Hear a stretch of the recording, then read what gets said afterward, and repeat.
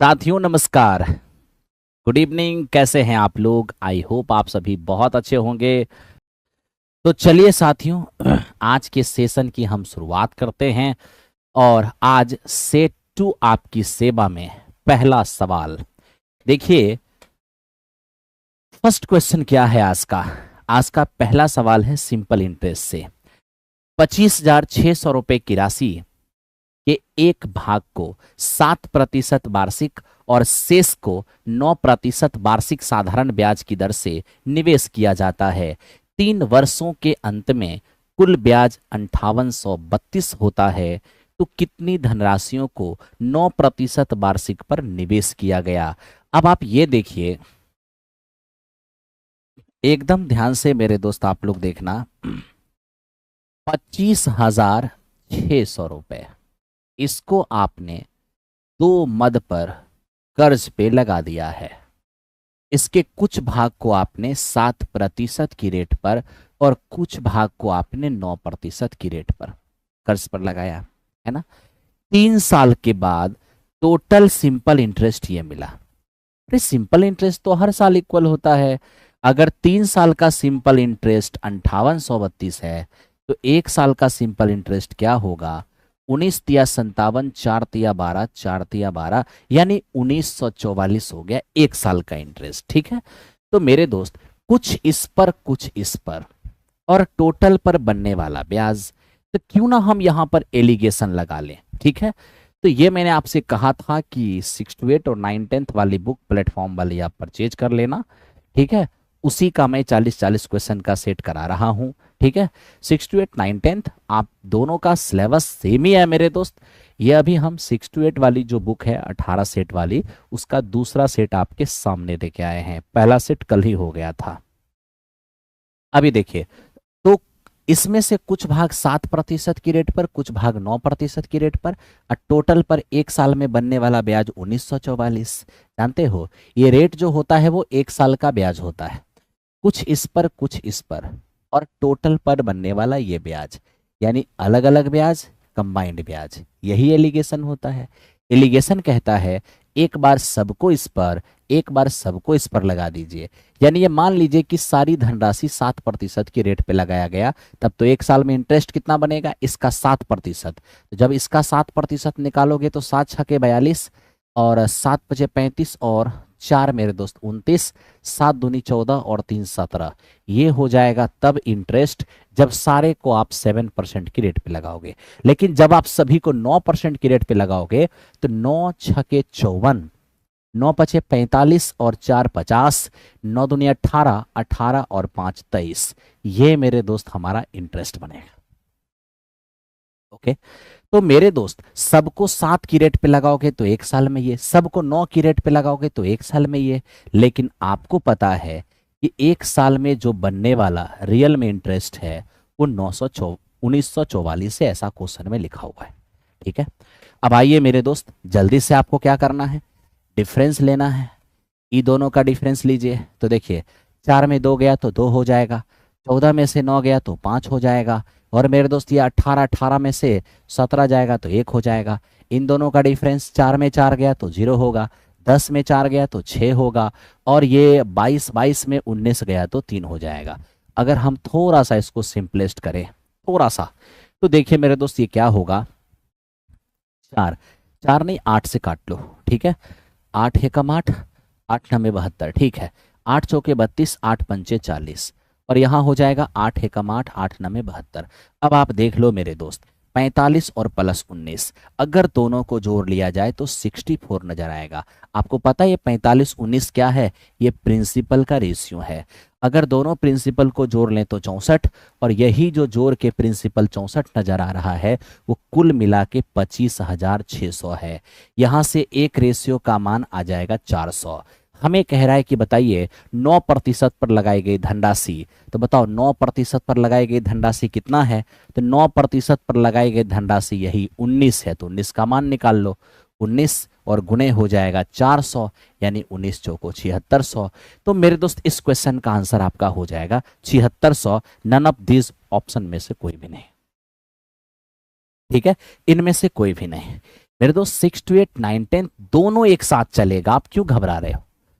अब हम दोनों को पढ़ा रहे हैं ना, तो आपको टेंशन क्या लेना है, जो पढ़ा रहे हैं बस आप वो पढ़ते चलिए, ठीक है भाई। 6 to 8 और 9 10 नहीं देखना है, बस काम करना है। ये हो गया 71 नंबर, आज का फर्स्ट क्वेश्चन।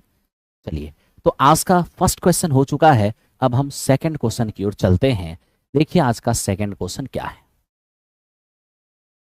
देखिए हमसे कह रहा है वह बड़ी सी बड़ी संख्या ज्ञात करें जिसे 108, 124 और 156 को भाग देने पर प्रत्येक दशा में समान शेष आएगा। वह बड़ी सी बड़ी संख्या जिससे 108 में भाग दें, या मेरे दोस्त 124 में भाग दें, या हम 156 में भाग दें, प्रत्येक दशा में एक समान शेष आएगा।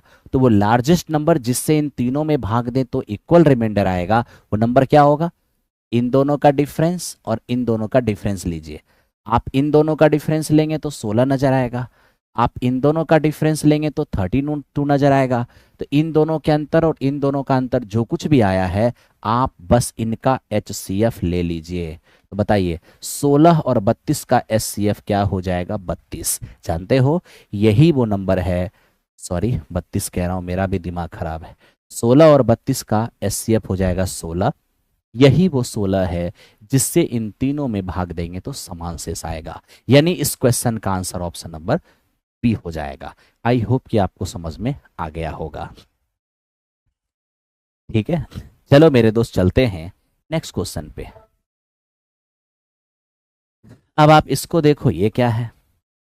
देखिए ये हमें कह रहा है ए और बी की मासिक आय का अनुपात 11:13 है और उनके मासिक खर्च का अनुपात 9:11 है। हमें कहा गया कि यदि वे प्रति माह 4,000 रुपए की बचत करते हैं तो बताइए उनकी इनकम का डिफरेंस क्या होगा। तो एक काम कर लो, आप इनकम के अनुपात की राशि को x मान लीजिए। तो एक का इनकम हो जाएगा 11x और एक का इनकम हो जाएगा 13x। ठीक है मेरे दोस्त, ए भी बचाता है 4,000 रुपए और बी भी बचाता है 4,000 रुपए। अब आपको ये पता होना चाहिए आय माइनस बचत बराबर खर्च, आय माइनस बचत बराबर खर्च। अब सोचिए ना, इनकम माइनस सेविंग्स खर्च हो गया, इनकम माइनस सेविंग्स खर्च हो गया, और यही खर्च का रेशियो कितना दिया हुआ है? 9:11। अब आप देखिए 11 11 121 और 13 9 117, यानी 4x आ जाएगा बराबर यहाँ 44 और ये 36, यानी मेरे दोस्त 8,000। तो x का मान यहाँ पर आपको दिखेंगे 2,000। क्या चाहिए? दोनों इनकम का अंतर। तो एक का इनकम है 11x, एक का इनकम है 13x। अगर दोनों का डिफरेंस देखेंगे तो 2x नजर आएगा। अब x का मान अगर 2,000 है तो 2x का मान क्या हो जाएगा? तो मेरे दोस्त ये हमारा 4,000 हो जाएगा। तो इस क्वेश्चन का आंसर 4,000, ऑप्शन नंबर ई, इनमें से कोई नहीं। ठीक है, चलिए बहुत अच्छा लेके आ रहे हो आंसर, बहुत अच्छा लग रहा है। एकदम लाइक का बटन इसी तरह से प्रेस करते चलना है और चलते रहना है। ठीक है, ये था हमारा आज का 3 नंबर क्वेश्चन। देखो अब हम चलते हैं क्वेश्चन नंबर 4 की ओर। क्या है ये पावर सर्च इंडिसेस का सवाल, बहुत ही आसान। वो कैसे? ये देखो 3 to the power 12 as it is रहने दो, और ये एक्चुअल में मेरे दोस्त ये 2x का स्क्वायर नहीं है, ये रियल में 2x इसकी पावर 2 ऐसे लिखा हुआ था। यहाँ पर जो है ना मेरे दोस्त, यहाँ पे ये 2x की होल स्क्वायर ऐसे लिखा हुआ था। ठीक है, ये दोनों आपस में मल्टीप्लाई हो जाएगा तो 2 की पावर 2x हो जाएगा बराबर।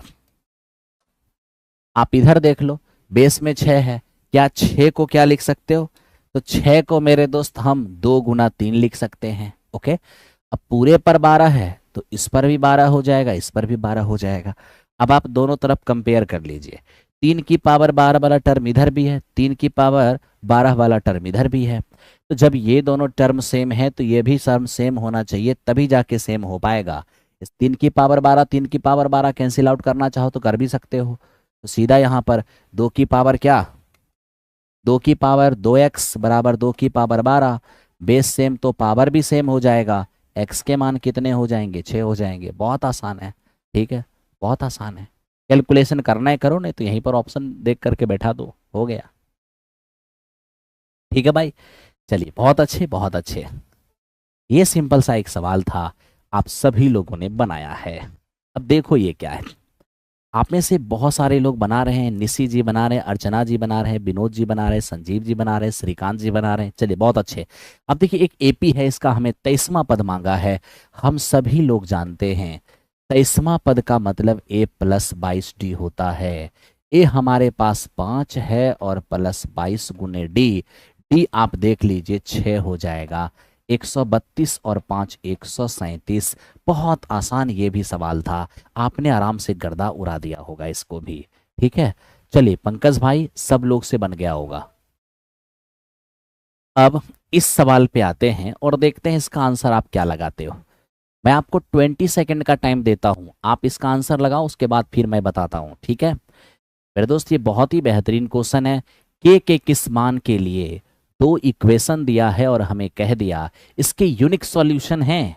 क्या है मेरे दोस्त, यूनिक सॉल्यूशन। ठीक है, अगर इसके यूनिक सॉल्यूशन हैं तो आप क्या कह सकते हो, a1/a2 does not equals to b1/b2।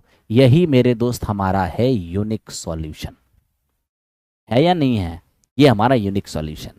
अब ए क्या है, फर्स्ट इक्वेशन में x का कोफिशिएंट ये हमारा a1 है, दूसरे इक्वेशन में x का गुणांक हमारा a2 है, does not equals to first equation में y का कोफिशिएंट हमारा 2 होगा और दूसरे में y का कोफिशिएंट हमारा 1 हो जाएगा।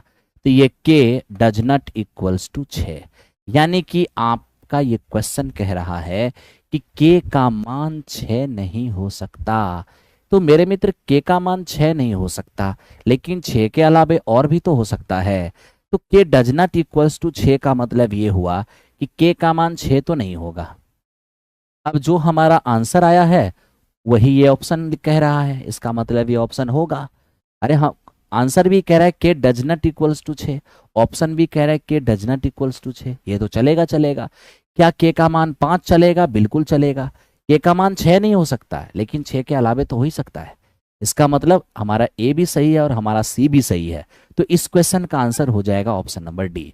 कितने लोग डी लगाए हैं, चलिए महेश, बिल्कुल बिल्कुल बिल्कुल, महेश्वरी, मोटिवेशन, राज हैं, अभिषेक हैं, बहुत बढ़िया बहुत बढ़िया, एमडी इब्राहिम है, श्रीकांत है, सिकंदर है, अशोक है। देखो कुछ लोग ए भी लगा दे रहे हैं, कुछ लोग कुछ भी लगा दे रहे हैं, ऐसे कैसे होगा। किस बुक का सॉल्यूशन कर रहे हैं, अभी मैं 6 to 8 वाली बुक का सेट नंबर 2 लेके चल रहा हूँ। ठीक है, 6 to 8 9 10 दोनों को ही मैं आपके सामने सॉल्व करूंगा, इसलिए आपको परेशान नहीं होना है। आइए अब इस क्वेश्चन को देखते हैं, ये हमारा क्या है। ठीक है भाई, अब इसको जरा सा देखना। अब देखिए क्वेश्चन नंबर 77 ये कहता है एक नाविक अपने नाव को अस्थिर जल में 9 किलोमीटर पर आवर की चाल से चला सकता है। अस्थिर जल का मतलब ये हुआ कि नाव की जो ओरिजिनल स्पीड है वो मेरे दोस्त हमारा 9 किलोमीटर पर आवर मालूम है, लेकिन यहाँ पर क्या है ना, मुझे धारा की स्पीड नहीं मालूम है, इसको x मान लेता हूँ। ठीक है, धारा की स्पीड को मैं x मान लेता हूँ। नाव की स्पीड हम 9 जानते हैं, धारा की स्पीड नहीं पता है। ठीक है, अब पहला इक्वेशन में लिखा है यहाँ पर कि 9 घंटे में धारा की दिशा में 44 और धारा के विपरीत 35 किलोमीटर जाता है। देखो मेरे दोस्त, डाउन स्ट्रीम में यानी धारा की दिशा में 44 किलोमीटर जाता है और धारा के विपरीत, धारा की दिशा में 44 किलोमीटर और धारा के विपरीत 35 किलोमीटर। ठीक है, तो इसको कितना टाइम लगता है, तो मेरे मित्र इसको 9 घंटे का टाइम लगता है।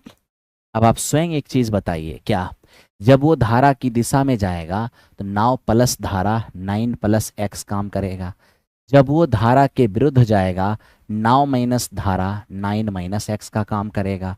अब दूरी बटे चाल समय, दूरी बटे चाल समय, दोनों समय मिलके हमारा क्या होगा, 9 घंटे हो जाएगा। ठीक है, अब हमसे पूछा क्या, तो हमसे पूछ दिया है कि सर बताइए कि धारा की दिशा में जब मैं 33 किलोमीटर जाऊंगा और धारा के विपरीत जब मैं 28 किलोमीटर जाऊंगा, तो आप मुझे बताइए कि कितना हमें टाइम लगेगा।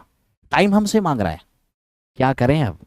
मेरे दोस्त एक बात बताऊं, आप इसे सॉल्व मत करो, x का कोई मान गेस कर लो। ठीक है, क्योंकि देखो यहाँ पर 9 एक इंटीजर वैल्यू है, पूर्णांक वैल्यू है, तो x का क्या मान गेस करूं कि 44 कट जाए। अब एक्स का मान छोटे से शुरू करो ना। एक रखूंगा तो नहीं कटेगा, दो रखूंगा 11 चौके 44 कट जाएगा। यहाँ दो रखूंगा 7, 7 पचे 35, तो यहाँ से 4, यहाँ से 5, 9, बिल्कुल सेटिस्फाई हो रहा है। यानी x का मान अगर हम यहाँ पर 2 रखते हैं तो मेरे मित्र ये 2 रखेंगे तो 11, 11 चौके 44, यहाँ पर 2 रखेंगे 7, 7 पचे 35, तो 11 चौके 44 4 घंटे, 7 पचे 35 5 घंटे, 4 घंटे 5 घंटे 9 घंटे वेरीफाई कर गया।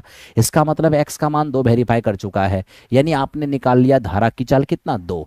चलो अब 33 किलोमीटर जाते हैं धारा की दिशा में, तो नाव की चाल 9, धारा की चाल 2 डिसाइड हो चुका है। नाव की चाल 9, धारा की चाल 2 डिसाइड हो चुका है। अब देखते हैं कितना टाइम लगता है। तो 11 तिया 33 3 घंटे और 7 चौको 28 4 घंटे। इसका मतलब 7 घंटे इस क्वेश्चन का आंसर हो जाएगा। ऑप्शन नंबर सी इसका आंसर होगा, कहीं से परेशानी नहीं है। तो यहां पर आकर ऐसे ही मेरे दोस्त 1 2 3 4 करके गेस करना ये ज्यादा सटीक रहेगा, क्योंकि क्वाड्रेटिक इक्वेशन सॉल्व कर पाना आपके बस में एग्जामिनेशन में टाइम के अंदर बहुत मुश्किल हो जाएगा, इसलिए मैं ऐसा आपको कह रहा हूं। ठीक है भाई, चलो एक लाइक का बटन तो प्रेस होते ही रहना चाहिए। ओके, ये हमारा हो गया 78। अब आ जाओ 78 हम देखते हैं ये क्या होता है। 78 हमसे कह रहा है कि 2 डाइस के एकल फेंक, मतलब 2 डाइस को एक बार फेंका जाता है। जब 2 डाइस को एक बार फेंकते हैं तो हमें कह रहा है कि योगफल 10 या उससे अधिक। आप अच्छी तरह जानते हैं 2 डाइस को जब हम फेंकेंगे तो मेरे दोस्त योगफल और नंबर ऑफ इवेंट, इस पर थोड़ा सा डिस्कस करना। जब हम 2 डाइस को फेंकेंगे तो क्या क्या होगा, ध्यान रखना। जब हम 2 डाइस को फेंकेंगे तो योगफल मिनिमम 1 हो सकता है, मैक्सिमम 12, क्योंकि मिनिमम 1 1 आएगा दोनों पर, मैक्सिमम 6 6 आ सकता है। तो 2 हो या 12, 3 हो या 11, 4 हो या 10, 5 हो या 9, 6 हो या 8, या मेरे दोस्त 7। ठीक है, अब 2 योगफल 2 हो या 12 ऐसा एक इवेंट है, 3 हो या 11 ऐसा 2 इवेंट है, 4 हो या 10 ऐसा 3 इवेंट है, 5 हो या 9 ऐसा 4 इवेंट है, 6 हो या 8 ऐसा मेरे मित्र 5 इवेंट है, और योगफल 7 हो जाए ऐसा 6 इवेंट है। तो मुझे क्या चाहिए, मुझे चाहिए था योगफल 10 या उससे ज्यादा। तो 10, 11 और 12, 12 से ज्यादा तो हो नहीं सकता। तो अब इसको देखना है कि सर इवेंट कितने होंगे। आप जानते हो मेरे दोस्त योगफल 10 होगा, 11 होगा और 12 होगा। 10 के लिए 3 इवेंट, 11 के लिए 2 इवेंट, 12 के लिए 1 इवेंट। तो 10 के लिए हमारा 3 इवेंट, 11 के लिए 2 इवेंट और 12 के लिए 1 इवेंट, यानी हमारा इवेंट हो गया 6। साथ ही साथ मेरे मित्र टोटल इवेंट अगर देखने जाएंगे, एक डाइस में 6 घटना घटेगा तो 2 डाइस में 36। अगर इस इवेंट की हमें प्रोबेबिलिटी निकालना होगा, सो सिंपल, 6 और बटा हो जाएगा 36, यानी कि 1/6। आप जानते हो अगर आपको ये चीज याद है तो आपके लिए काम बहुत आसान होगा। अगर ये चीज याद नहीं है तो आप गेस भी कर सकते हो। आप कहोगे गेस कैसे करेंगे, तो 10 के लिए आपको पता है 4 6 या 6 4 या 5 और 5 तभी 10 हो सकता है। बात 11 की आएगी, पहला पर 5 दूसरा पर 6, या पहला पर 6 दूसरा पर 5। और जब 12 की बात आएगी तो ये एक ही स्थिति में संभव है जब 6 6 होगा। तो आप इवेंट लिख के भी कर सकते हो। बाकी अगर ये याद रहेगी तो आपकी तैयारी में 4 चांद लगेगा, इसमें कोई शक नहीं है और कोई परेशान भी आपको नहीं होना है। ठीक है भाई, चलो ये था हमारा 78। अब बढ़ते हैं 79 की ओर। देखो ये क्या है, इसको थोड़ा समझना मेरे दोस्त। ये हमें कह रहा है sine theta -2 sine cube theta 2 cos cube theta minus cos theta. आप ये देख लो इन दोनों में साइन कॉमन आने वाला है, साइन कॉमन कर लो। यहां से क्या रह जाएगा 1 - 2 साइन स्क्वायर थीटा। अब नीचे देख लो इन दोनों में से कॉस कॉमन आने वाला है, यहां देख लो कॉस स्क्वायर थीटा और -1।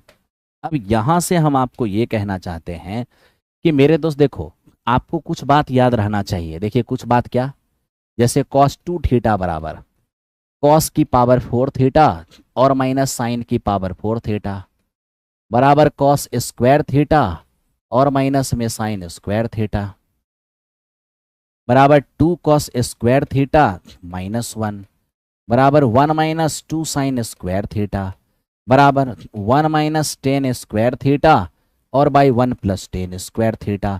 कोई परेशानी नहीं है, कोई परेशानी नहीं होना चाहिए। ये सब एक ही फॉर्मूला है, सब एक ही है। इसका मतलब जान रहे हो, इसका मतलब ये हुआ 1 माइनस 2 साइन स्क्वायर ये भी है कॉस 2 थीटा और मेरे दोस्त यहाँ पे 2 कॉस स्क्वायर होगा, 2 कॉस स्क्वायर -1 ये भी है हमारा कॉस 2 थीटा। तो जब दोनों ही कॉस 2 थीटा का फॉर्मूला है तब तो इसकी कहानी खत्म है।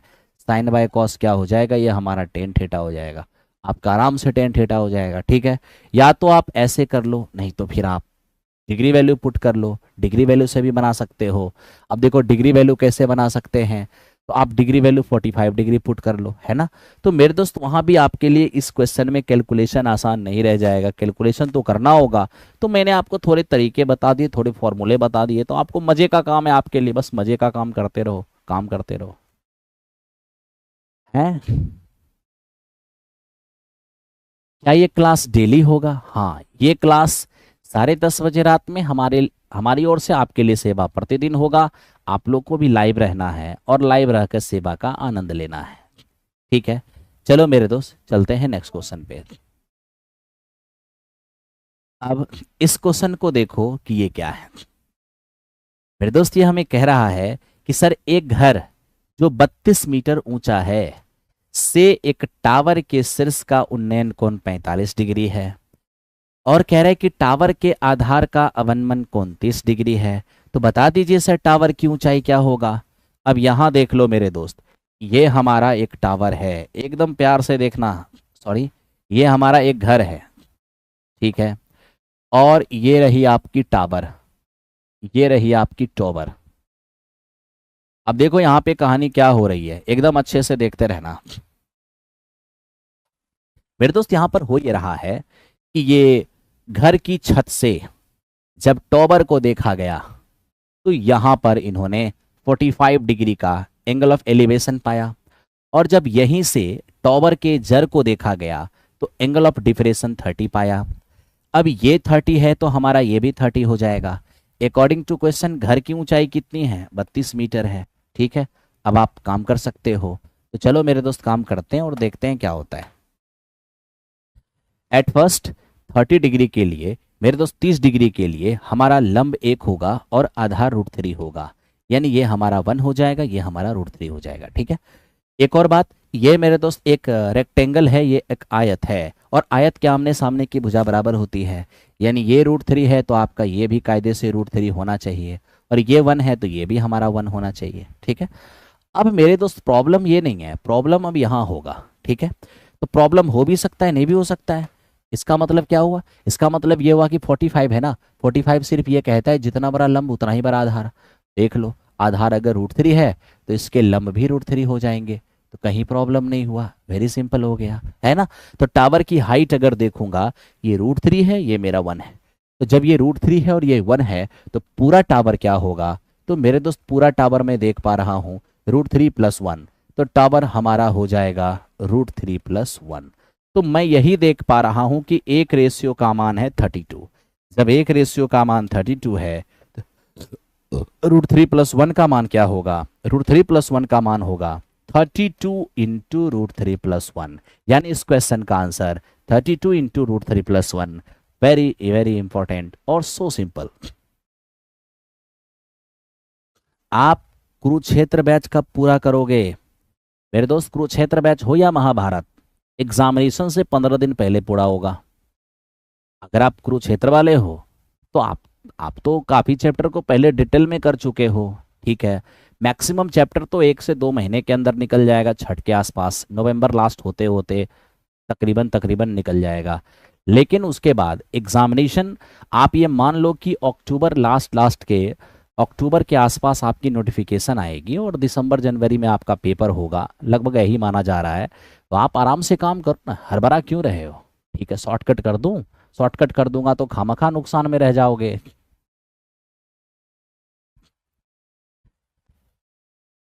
चलो, इसलिए मैं ऐसा कोई काम नहीं करूंगा जिससे तुम नुकसान में आ जाओ भाई। मैं वही करूंगा जो तेरे लिए बेनिफिशियल होगा, क्योंकि लाइफ का सवाल है। और एक दो लोगों को खुश करने के चक्कर में मैं सबकी लाइफ थोड़ी ना खराब कर सकता हूँ। चलो आओ देखते हैं। हमारे पास एक क्वेश्चन है, हमें कह रहा है मीडियन फाइंड करें। अब देखो ये लीनियर सीरीज का क्वेश्चन है, मीडियन फाइंड करें। तो जब भी लीनियर सीरीज का क्वेश्चन हो, मीडियन फाइंड करने कहे, तो आप सबसे पहले से असेंडिंग या डिसेंडिंग में सजा लो। ठीक है, चलो सजा ही लो असेंडिंग या डिसेंडिंग में। अगर नहीं सजाना है तो नहीं सजाओ, बिना सजाए भी बना सकते हो। अब देख लो, 4 हो गए, 4 8 हो गए, 9 टर्म हो गया। तो टोटल हमारे पास टर्म हो गए 9। 9 टर्म हो गए, इसका मतलब नंबर ऑफ टर्म क्या हो गए, ऑड हो गए। और याद रखना, जब नंबर ऑफ टर्म ऑड हो जाए ना, तो मीडियन बराबर होता है n+1/2 th term. n+1/2 term. अब आप यहां देख लो, 9 9 और +1/2, यानी कि 5th टर्म ही हमारा मीडियन होगा।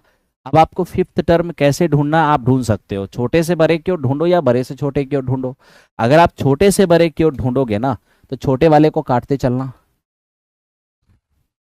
1 2 3 4, 4 तो कट गया। पांचवा देखो कौन है, 2 से जस्ट बड़ा कौन, 3। यही तो है पांचवा, यानी आपका मीडियन हो गया 3। आराम से 3 लगा दो, और नहीं तो असेंडिंग ऑर्डर में सजा दो, 3 3 4 4 टर्म बांट दो, बीच में जो बचेगा वही आपका मीडियन होगा। इतना क्या सोचना है। आइए मेरे दोस्त, सब लोग लेके आ रहे हो आंसर, बहुत अच्छा लग रहा है, बहुत अच्छा। अब बता दो तो आप में से कोई आंसर, देखते हैं कौन आंसर बनाते हो। आप में से बताओ तो कोई भी आंसर। अभी हमारे पास एक क्वेश्चन है, लैंग्वेज बेस्ड क्वेश्चन है। मैं चाहता हूं कि आप लोग इसका आंसर बताओ, एवरीवन, कोई भी। लाइव क्लास में मेरे कमेंट का जवाब नहीं देते। सर नहीं समझ में आ रहा है, ओहो हो, समझ में नहीं आ रहा है तो पहले कुछ पढ़ाई कर लीजिए, फिर समझ में आएगा। नहीं कैसे समझ में आएगा, ये मिक्स क्वेश्चन वाली चीज है, जिसने टॉपिक पढ़ा होगा उसी को समझ में आएगा। चलो, बहुत लोग का आंसर डी आ रहा है, कोई ए कह रहे हैं, कोई डी कह रहे हैं, कोई ए कह रहे हैं, कोई डी कह रहे हैं, कोई कुछ कह रहा है, कोई कुछ कह रहा है। ठीक है, अब देखो आप में से जिनको हाइट एंड डिस्टेंस समझने में दिक्कत हुआ होगा, वो height and distance by Amarjeet sir search कीजिए। इसी चैनल पर एक वीडियो आएगा 3-4 घंटे की, देख लेना उसको, कोई प्रॉब्लम नहीं होगा। चलो, डी डी डी डी। अब देखो, जिनका डी आया है मेरे दोस्त, जिनका भी डी आया है वो सही है। अब देखो क्यों सही है। सबसे पहले मैं आपको एक चीज बताता हूं। पहले तो आप ये जान लो कि नेचुरल नंबर होता क्या है। जब जब बात नेचुरल नंबर की आएगी, तो नेचुरल नंबर जो है ना, एक्चुअल में ये पॉजिटिव इंटीजर होते हैं। नेचुरल नंबर पॉजिटिव इंटीजर होते हैं, यानी धनात्मक पूर्णांक होते हैं। अब ये बताइए, नेचुरल नंबर की शुरुआत 1 से होती है। नेचुरल नंबर की शुरुआत 1 से होती है, कहाँ तक जाएगा कुछ भी पता नहीं है। ठीक है, तो ये है नेचुरल नंबर। अब हमसे कहा है कि नेचुरल नंबर इन ऑप्शन में से क्या है। पहला ऑप्शन है, क्या नेचुरल नंबर एक परिमेय संख्या हो सकता है। बिल्कुल हो सकता है, क्योंकि नेचुरल नंबर को हम p/q के फॉर्म में लिख सकते हैं, बिल्कुल परिमेय हो सकता है, तो हमारा ये सही है। दूसरा हमें कहता है कि क्या नेचुरल नंबर एक पूर्ण संख्या है। अरे भाई, हम मानते हैं कि पूर्ण संख्या की शुरुआत 0 से होता है।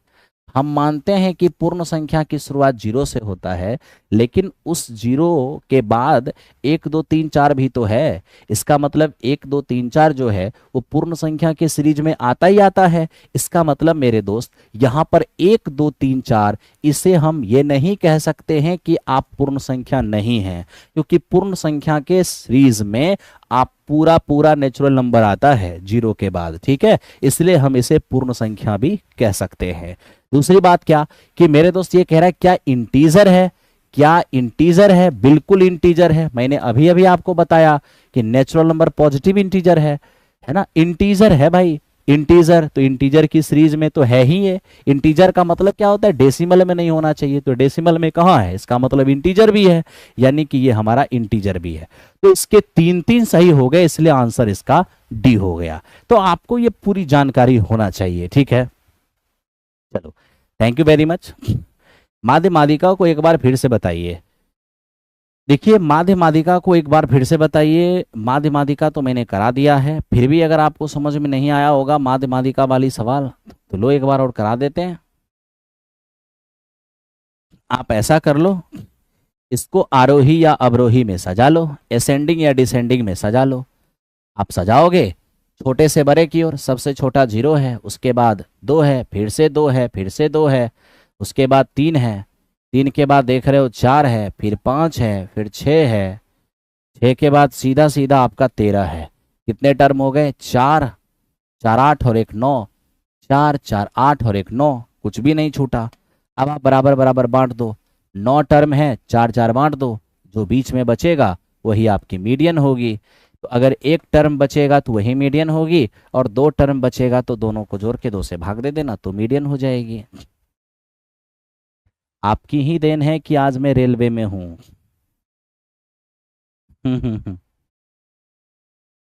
हाँ मेरे दोस्त, बुक आ जाएगा। चलिए, कॉन्ग्रेचुलेसन, स्वागत है, वेलकम है आपका। बढ़िया मेरे दोस्त, और इस सवाल का जवाब तो हो चुका है। चलिए अब आप इसका जवाब दीजिए, क्या होता है इसका आंसर। आप लोग इसका आंसर दीजिए जल्दी से।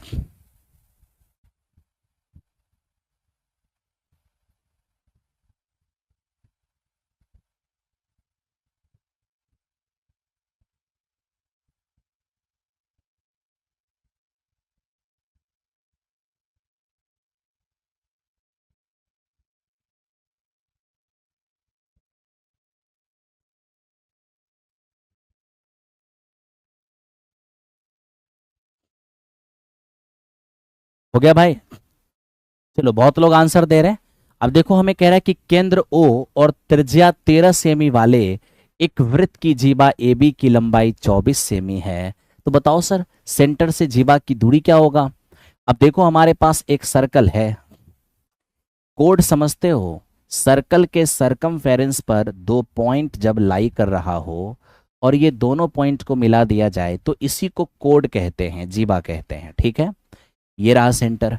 हमसे सेंटर से जीवा के बीच का डिस्टेंस मांगा है, और आपको पता होना चाहिए एक पॉइंट से एक लाइन का जो डिस्टेंस फाइंड करते हैं वो परपेंडिकुलर डिस्टेंस होता है, और केंद्र से जीवा पर डाला गया लंब जीवा को बाइसेक्ट करता है।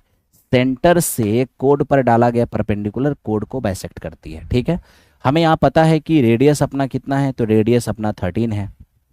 पूरा का पूरा ये जो कोड है ये भी, ये मेरे दोस्त 24 है, जो हो जाएगा 12 और 12।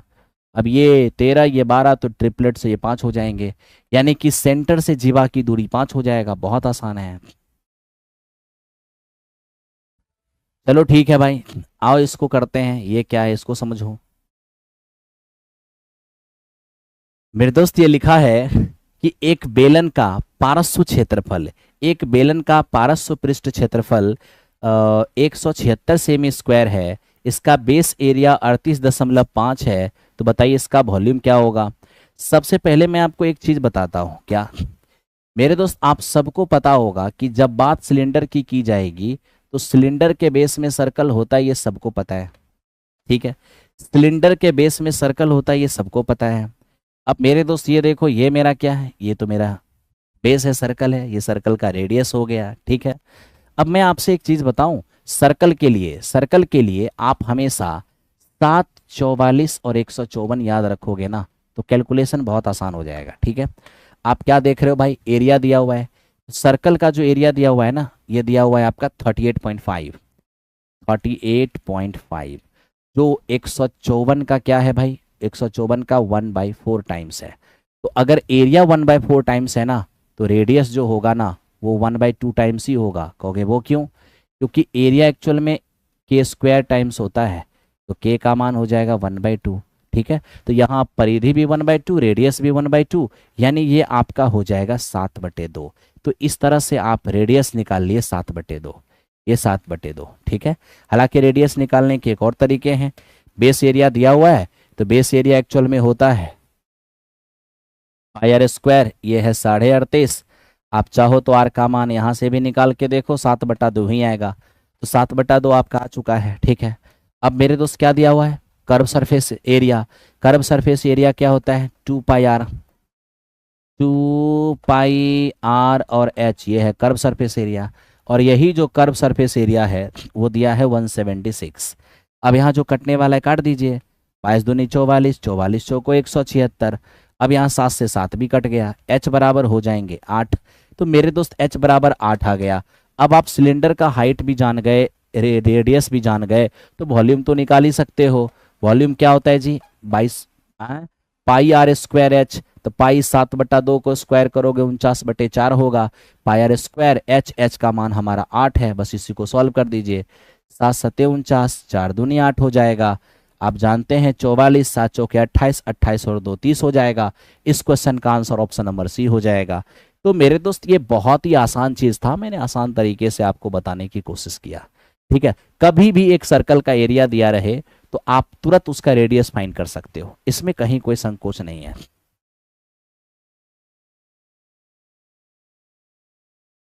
तैयारी 3.0 में फिर से ओएमआर का खेल खेल रहा है गुरुदेव।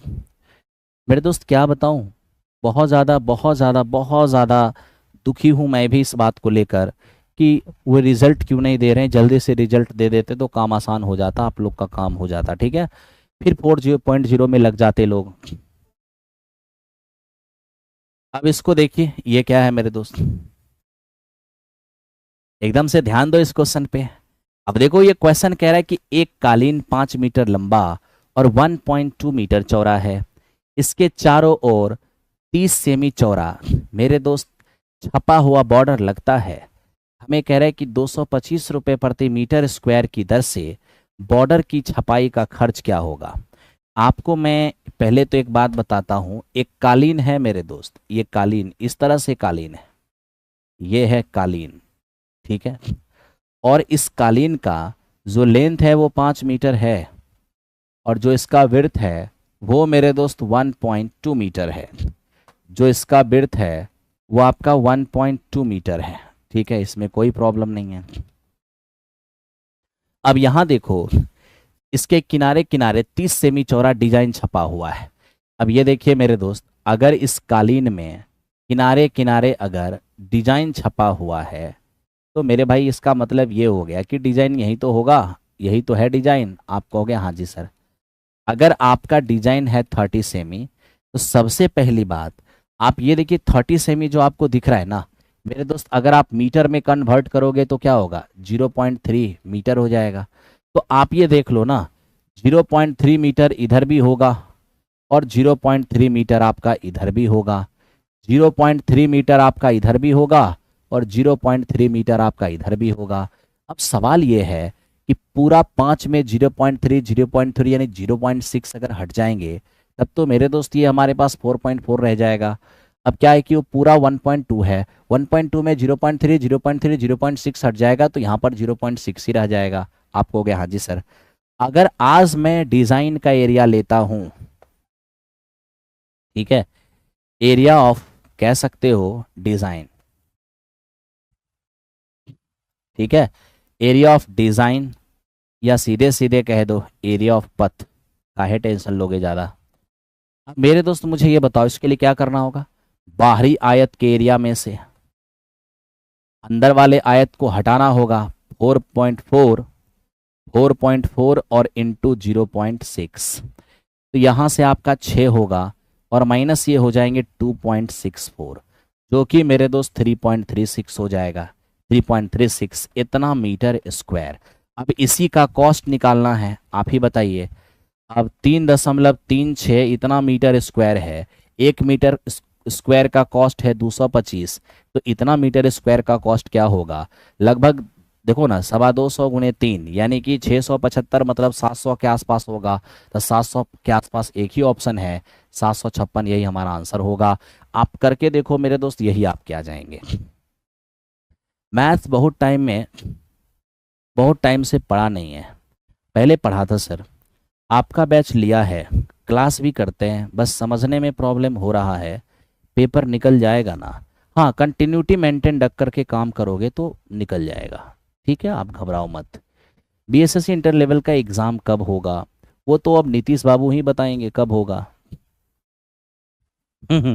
वो तो नीतीश जी ही बताएंगे ना कि बीएसएससी इंटर लेवल का एग्ज़ाम कब होगा। उम्मीद है कि जल्द ही कुछ न कुछ होगा, जल्द ही पेपर हो जाएगा आपका। लेकिन कुछ भी कहना भी मुश्किल है कंफर्मेशन के साथ, क्योंकि ये लोग का कोई ठिकाना नहीं है। लास्ट टाइम इंटरमीडिएट का जो इंटर लेवल का एग्जामिनेशन रहा है बहुत ही खतरनाक रहा है, इतना साल लग गया था, है ना। मुझे उम्मीद है कि उतना इधर नहीं लगेगा, ठीक है, फिर भी देखते हैं कब तक होता है। चलो काम करते हैं हम लोग। देखो ये क्लास आपकी 12 बजे तक होती है, 10:30 से लेकर 12 बजे तक। 12 बजे तक आराम से हमारे साथ रहो, काफ़ी आपको मजा आएगा। देखो एक राशि उधार ली गई, 980 रुपए की 2 समान वार्षिक किस्तों में वापस भुगतान की गई है, जिससे 4% चक्रवृद्धि ब्याज लिया गया है। उधार ली गई राशि, ठीक है, का निकटतम दहाई में कितना होगा। अब आपको मैं एक चीज पूछता हूं, क्या अगर मेरे दोस्त प्रिंसिपल, यहां देखना, एकदम ध्यान से सब लोगों को ध्यान देना होगा। प्रिंसिपल और इंस्टॉलमेंट का अगर हम रेशियो लेने जाएंगे तो आप ही बताइए, 4% की रेट का मतलब होता है 1/25 से प्रिंसिपल बढ़ेगा, यानी 25 प्रिंसिपल एक इंटरेस्ट के साथ 26 होगा एक साल में। 2 साल में स्क्वायर हो जाएगा, 625 से ये 676 हो जाएगा। अब क्वेश्चन ने स्पष्ट कहा है कि दोनों इंस्टॉलमेंट इक्वल होना चाहिए, तो कर दो इक्वल। ये 676 ऐसे भी 676 बना, उसके लिए 26 से गुना। अब यहाँ 26 से गुना कर लिए तो आपको यहाँ भी 26 से करना होगा, ठीक है। अब आप यहाँ देख लो मेरे दोस्त, 650 और 625 ये 1275 हो जाएंगे, ठीक है। यही वो पैसे हैं जो हमें चुकाना होता है, और ये वो राशि है जो हम इंस्टॉलमेंट देते हैं। तो देखो ना, इंस्टॉलमेंट ही दिया हुआ है हमें 980, ठीक है भाई। तो 676 का मान 980, एक का मान हो जाएगा 980/676। मुझे चुकाई गई राशि निकालना है, तो 1275 और गुने 980 और बटे मेरे दोस्त 676। आपको इसे सॉल्व करना होगा। आप जब इसे सॉल्व करोगे तो जाके आपका आंसर आएगा, ठीक है। आपको इसे सॉल्व करना होगा, आप जब सॉल्व करोगे इसे तो ही इसका आंसर आएगा।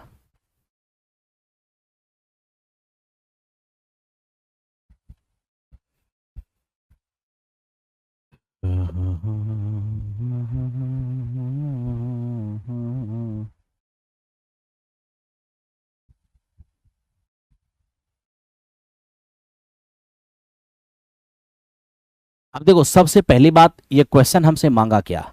आप जब इसे कैलकुलेट करोगे ना मेरे दोस्त, तो 1848.37 के आसपास लगभग आएगा। अब देखिए हमें आंसर कैसे मांगा है, हमें आंसर मांगा है निकटतम दहाई में। निकटतम दहाई का मतलब nearest, nearest multiple of 10, the nearest multiple of 10। तो मैं पूछता हूं 48 के बगल में 10 का मल्टीपल कौन होगा, 85 तो होगा। इसका मतलब है नियरेस्ट जो हमारा दहाई होगा 1848 के जस्ट बाद, वो हमारा 85 होगा, यानी 1850 इस क्वेश्चन का आंसर होगा। बहुत ही शानदार, बहुत ही शानदार मेरे दोस्त है। बस आप लोग ध्यान से अपना देखते रहो और काम करते रहो, ठीक है। कहीं से भी कोई परेशानी नहीं होना है।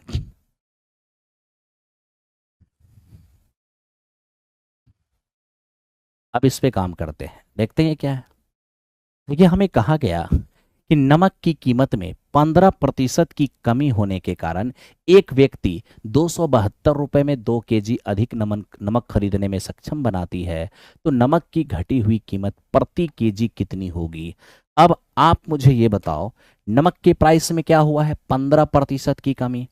तो मेरे दोस्त 15% की कमी का मतलब होता है 3/20 की कमी, ठीक है।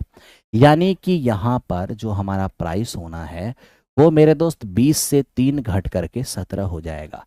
तो प्राइस 20 से 17 हो जाएगा, तो खपत क्या होगी उस पर ध्यान दीजिए। तो खपत हमारा 17 से 20 होगा।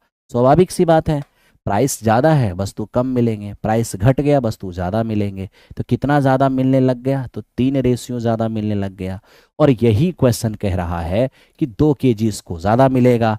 तो रेशियो में 3 बराबर 2 kg है, तो एक का मान हो जाएगा 2/3 kg, है ना। हमें घटा हुआ प्राइस चाहिए, तो घटा हुआ प्राइस, तो घटने के बाद तो न्यू कंजम्पशन होगा ना, तो घटा हुआ प्राइस निकालने के लिए न्यू कंजम्पशन निकालना होगा। एक का मान 2/3 तो 20 का मान हो जाएगा 20 गुने 2/3 यानी 40/3। तो 40/3 kg हमको अब मिल रहा है, कितना रुपया खर्च करने के बाद, तो मेरे मित्र 272 खर्च करने के बाद। तो 40/3 kg हमें मिलेगा 272 खर्च करने के बाद। ठीक है, आप सॉल्व कर लीजिए। तो देखिए पहली बात, 10 चौको 40 और 4 से इसको काटेंगे, 6 चौके 24, 8 चौके 32। अब 3 से ऊपर मेरे दोस्त 3 से ऊपर गुना होगा, 8 3 24 और 18 2 20 हो जाएंगे। और नीचे में 10 है, 10 से भाग देंगे तो हमारा हो जाएगा कितना, 20.4। यानी कि 4 रहेगा 40, 4 से इसको काट दिए, नीचे वाला 3 जाके गुना हो जाएगा, नीचे में 10 है 10 से भाग देंगे, यानी 20.40 यही इस क्वेश्चन का आंसर होगा। आई होप कि आप लोगों को समझ में आ रहा होगा।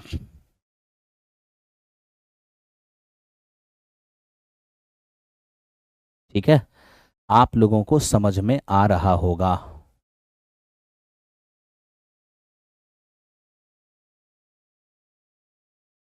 अमरजीत सर द्वारा यूट्यूब पर डेली 6 से 8 रुक्मिणी लाइव 8 बजे 40 क्वेश्चन रहेगा। अभी नहीं आया है, कुछ दिन में मार्केट में आएगा। ओहो, कितना देर और चलेगा, ज़्यादा देर नहीं मेरे दोस्त, 12 बजे तक आपकी क्लास चलेगी। 10:30 से 12 एकदम दिमाग में बैठा लो, 1.5 घंटे की क्लास होगी हमारी।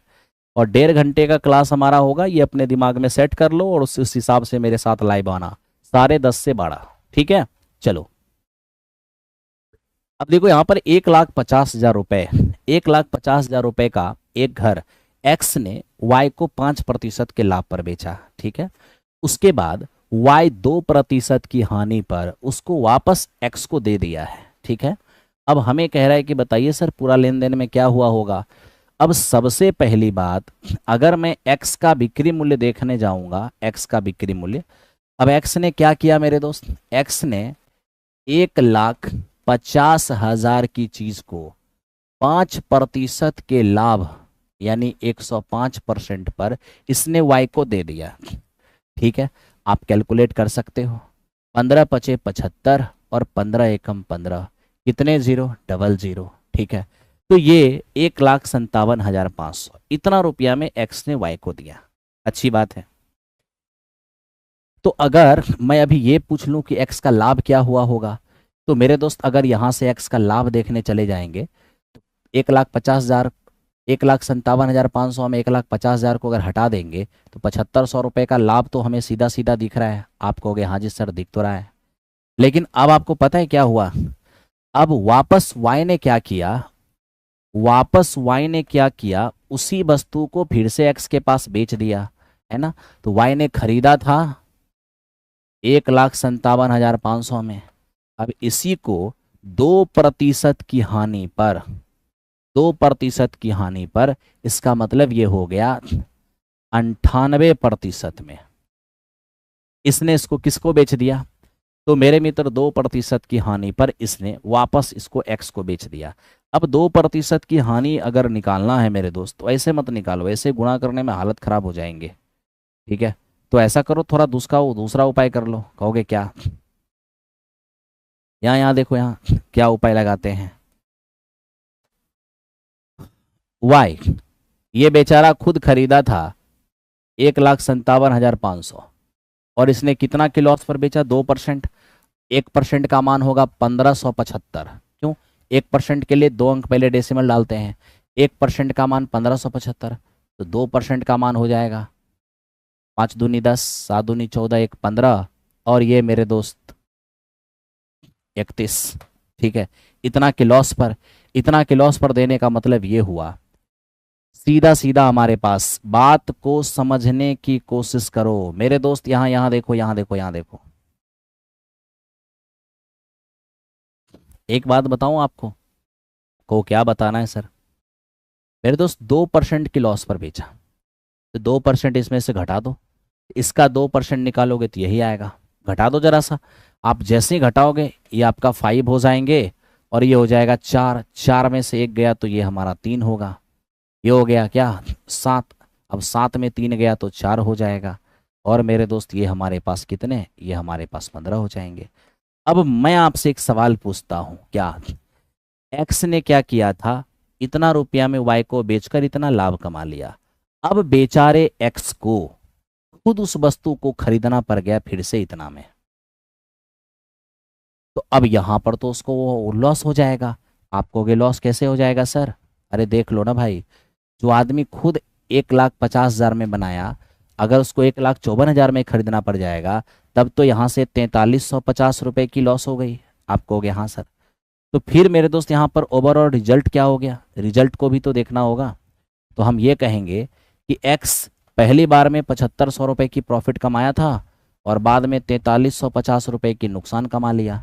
तो अगर प्रॉफिट में नुकसान हटा भी देते हैं तो भी हमें मेरे दोस्त ये 3,150 रुपये की दिख रहा है, 3,150 रुपये।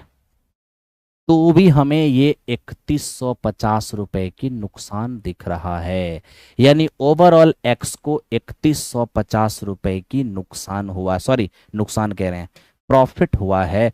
ऑप्शन नंबर बी हो जाएगा। प्रॉफिट हुआ ना भाई, जैसे एक्स ने वाई को बेचा, अगर वाई कोई हरकत नहीं करता तब तो 7,500 का लाभ तो एक्स को हो ही गया था। लेकिन वाई ने क्या किया, फिर उसी सामान को वापस एक्स के पास बेच दिया 2% के लॉस पर। तो खरीदा था बेचारा 1,57,000 में, और इसका 2% होगा 3,150, इतना के लॉस पर, यानी इतना में बेच दिया वापिस एक्स को। अब आप बताइए, एक्स जिस चीज को बनाया है 1,50,000 में, उसे खरीदना पड़ जाए उसको 1,54,000 में, यानी कि उसको उसको मेरे दोस्त 4,350 रुपये का लॉस उठाना पड़ गया। तो बेचा तो इतने का फायदा, और जब खरीदा तो इतना ज़्यादा में ही खरीदना पड़ा। तो फायदे में से नुकसान हटा दो, फिर भी तो फायदे में हो, यानी एक्स इस वक्त भी फायदे में है।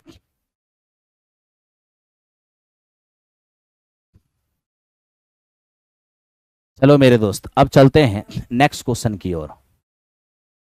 अब इसे देखो, ये है क्या, बहुत अच्छे से देखना, कभी कंफ्यूज मत करना। अब देखो इन्होंने क्या किया है, 2x² प्लस 19x प्लस 45 बराबर 0, 2y² प्लस 11y प्लस 12 बराबर 0। कह रहा है कि के मूलों x और y के लिए निम्नलिखित में से क्या संबंध होगा। अब आप स्वयं देखिए, 2x² और मेरे दोस्त ये हमारे पास 19x है, और प्लस में 45 और बराबर 0। एक हमारे पास क्वाड्रेटिक इक्वेशन ये है, और दूसरा क्वाड्रेटिक क्या हमारे पास है, 2y² और प्लस में 11y, और मेरे दोस्त ये प्लस में हमारा 12 बराबर 0 हो जाएगा। अब इसे थोड़ा सा ब्रेक कर लो, इसे ब्रेक करोगे तो देखो क्या परिणाम होगा, 90। तो मेरे दोस्त ऐसा कर लो, बीच को 19x को ऐसे दो टुकड़ा में तोड़ लो, जोड़ने घटाने से 19 आ जाए, गुना करने से 45 दूनी 90 आ जाए। तो जोड़े तो 19, गुना करें तो 90, तो ये 10 और 9 ही हो सकता है ना, 10 और 9 ही हो सकता है। 10 9 19 भी होगा, गुना करने से 45 दूनी 90 भी हो, 90 के बराबर भी हो जाएगा। अब स्क्वायर वाले के गुणांक से आपको भाग भी देना होगा, ठीक है, साथ ही साथ मेरे दोस्त चिन्ह भी बदलना होगा। चिन्ह बदलेंगे, -5 यहाँ पर हो जाएगा -9/2, मतलब आपका x का दोनों ही मान नेगेटिव हो जाएगा। जरा y को देख लो मेरे दोस्त, बीच वाले को ऐसे दो टुकड़े में तोड़ो कि मेरे दोस्त जोड़ने घटाने से 11 और गुना करने से 24, तब तो आप 8 और 3 में ब्रेक करोगे। आप कहोगे हाँ सर। अब यहां से हम मेरे दोस्त देख लेते हैं थोड़ा सा ध्यान देकर कि मेरे दोस्त y² के गुणांक से आपको यहाँ पर भाग भी देने होंगे और साइन भी चेंज करने होंगे, -4, और यहाँ पर हो जाएंगे -1.5। तो हम ओवरऑल तो यही देख पा रहे हैं कि हमारा जो x का मान है वो y से छोटा है, क्योंकि मेरे दोस्त निगेटिव में बड़ा मान छोटा ही होता है, ठीक है। तो x का जो दोनों ही मान है y के दोनों ही मान से क्या है, छोटा है, ठीक है। तो x हमारा छोटा है y से, तो मेरे दोस्त हम ये कह सकते हैं x जो है वो y से छोटा है, आई मीन y का जो मान है वो x से बड़ा है। तो कौन सा ऑप्शन हो जाएगा हमारा, ऑप्शन नंबर ए इस क्वेश्चन का आंसर हो जाएगा, यानी x के जो मान है y के मान से छोटे हैं। बहुत आसान है। अरे यार 9 10 6 to 8 यही तो प्रॉब्लम है आप लोगों की। अरे भाई मैं दोनों करा रहा हूँ, क्यों कंफ्यूजन में हो हैं। किस क्वेश्चन पे लिखा है कि 6 to 8 में आया हूँ मैं, 9 10th में नहीं आऊँगा, और किस में लिखा मैं 9 10th में आया हूँ मैं 6 to 8 में नहीं आऊँगा। क्यों कंफ्यूज हो रहे हो, 6 to 8 9 10th का सेम ही सिलेबस है मैथ्स के अंदर, तो इतना क्यों परेशान होना।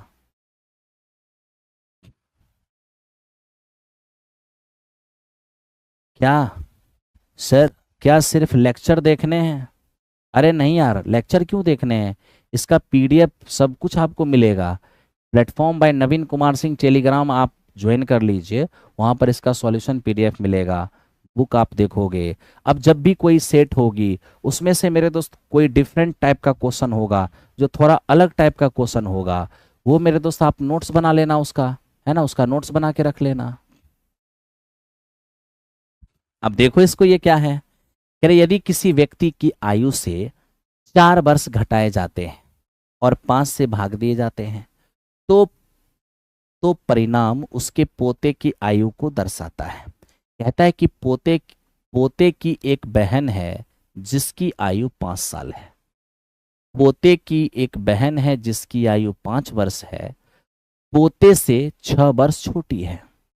अब आप देखो भाई, पोता की एक बहन है, पोता, यहां ध्यान देना, अब यहां पर है क्या, एकदम ध्यान से देखना, पोता की एक बहन है, ठीक है, और इस बहन की उम्र कितनी है, 5 साल है।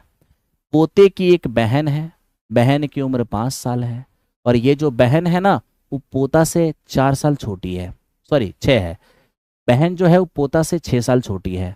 अब जरा दिमाग लगाना, पोता की एक बहन है जो 5 साल की है, और बहन जो 5 साल की है वो पोते से 6 साल कम है। इसका मतलब क्या होगा, इसका मतलब पोता जो है वो बहन से 6 साल ज्यादा का होगा, इसका मतलब पोता हो जाएगा 11 साल का।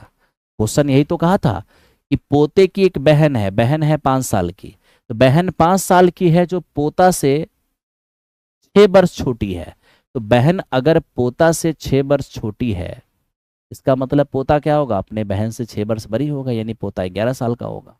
तो हमें यही तो कहा गया, एक आदमी के उम्र में से 4 घटाइए और उसमें 5 से भाग दीजिए, एक आदमी की उम्र में 4 घटाइए और उसमें 5 से भाग दीजिए, तो उम्र उसके पोता के उम्र के बराबर हो जाएगा। तो m-4 और बाई में 5 बराबर पोते का उम्र 11 है, तो m बराबर हो जाएगा 59, यानी इस क्वेश्चन का आंसर हो जाएगा 59। ठीक है भाई, ये दादा मर क्यों जाता है अजीब बात, अजीब बात करते हो भाई, हैं, वही तो अपनी दादा की लंबी उम्र की दुआ करता है, तुम उनके मरने की दुआ कर रहे हो, हैं, अजीब बात है, मरने की दुआ क्यों करते हो भाई।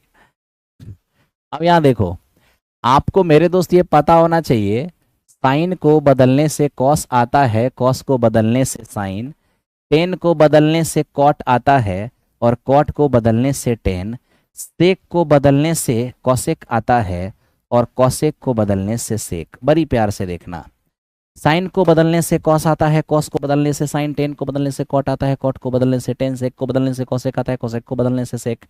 ये सबका रिजल्ट 1 होगा, लेकिन कब, जब एंगल का योगफल 90 हो जाए। यहां भी देख लो ना मेरे दोस्त, साइन को बदलने से कॉस, एंगल का योग 90 है, तो ये भी हमारा 1 होगा, माइनस कॉसेक को बदलने से सेक, एंगल का योग 90 है, तो ये भी हमारा 1 होगा।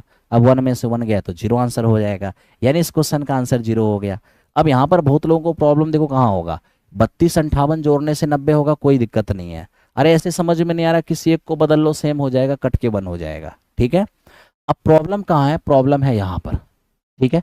अब जोड़ने नहीं आ रहा है, अब 59 डिग्री 43 मिनट में अगर हम 30 डिग्री और 17 मिनट को जोड़ते हैं, 59 और 30 हो जाएगा 89 डिग्री, 43 और 17 हो जाएगा 60 मिनट। अब आपको पता होना चाहिए कि 60 मिनट का मतलब 1 डिग्री होता है, तो मेरे दोस्त 90 डिग्री तो हो ही गया है। इतना कंफ्यूजन में क्यों है, काहे का कंफ्यूजन में रहेंगे। ओके, चलो ये दादा पोता एक बार और कर लेना खुद से, एक बार और रिकॉर्डेड में रहेगा ही, तो मुझसे दादा पोता एक बार और करवाएगा। देख भाई ये क्वेश्चन क्या है, देखो कह रहा है कि एक नल एक टैंक को 6 घंटे में भर सकता है, कह रहा है कि आधा टैंक भरने के बाद 3 और समान क्षमता वाले नल को खोल दिया जाता है, अब भरने में कितना टाइम लगेगा, आप ही बताइए मेरे दोस्त, एकदम ध्यान से देखना हुआ क्या है। एक 1/2 पार्ट और 1/2 पार्ट, ठीक है। एक नल है जो किसी टैंक को 6 घंटे में पूरा पूरा भर सकती है। नल चला दिया गया, आधा भरा। आप ही सोचिए, जो नल 6 घंटा में पूरा भर सकता है वो आधा भरने में तो 3 ही घंटा लेगा। आप कहोगे हाँ जी सर। अब परेशानी कहाँ है कि आधा भरने तक में 3 घंटा लगा, उसमें दिक्कत नहीं है, लेकिन आधा भरने के बाद उसने क्या किया, वैसे वैसे 3 नल को और चला दिया। तो एक नल तो चल ही रहा था, 3 नल और चला दिया, यानी कि क्षमता को 4 गुना कर दिया। जैसे ही आधा भरने के बाद इफिशियंसी 4 गुना हो जाएगा तो टाइम लगेगा चौथाई। इफिशियंसी 4 गुना हो जाएगा तो टाइम लगेगा चौथाई। अब 3/4 घंटा का मतलब होता है 45 मिनट। तो मेरे दोस्त हो गया 3 घंटे 45 मिनट, यानी इस क्वेश्चन का आंसर ऑप्शन नंबर बी हो जाएगा। तो आधा भरने तक में आपने कुछ नहीं किया, पूरा भरने में 6 घंटे तो आधे भरने में 3 घंटे। आधे भरने तक में प्रॉब्लम नहीं है, लेकिन शेष आधा भरने में आपने समान क्षमता वाली 3 नल को और चला दिया। तो एक तो चल रहा था, 3 को और चला दिया, इफिशियंसी 4 गुनी। इफिशियंसी 4 गुनी करोगे तो टाइम 1/4 लग ही जाएगा। ऐप पे नहीं मिल रहा है, कौन सी क्लास ऐप पर नहीं मिल रहा है मेरे दोस्त? क्लास का नाम बताओ तो मैं तुरंत बताता हूँ।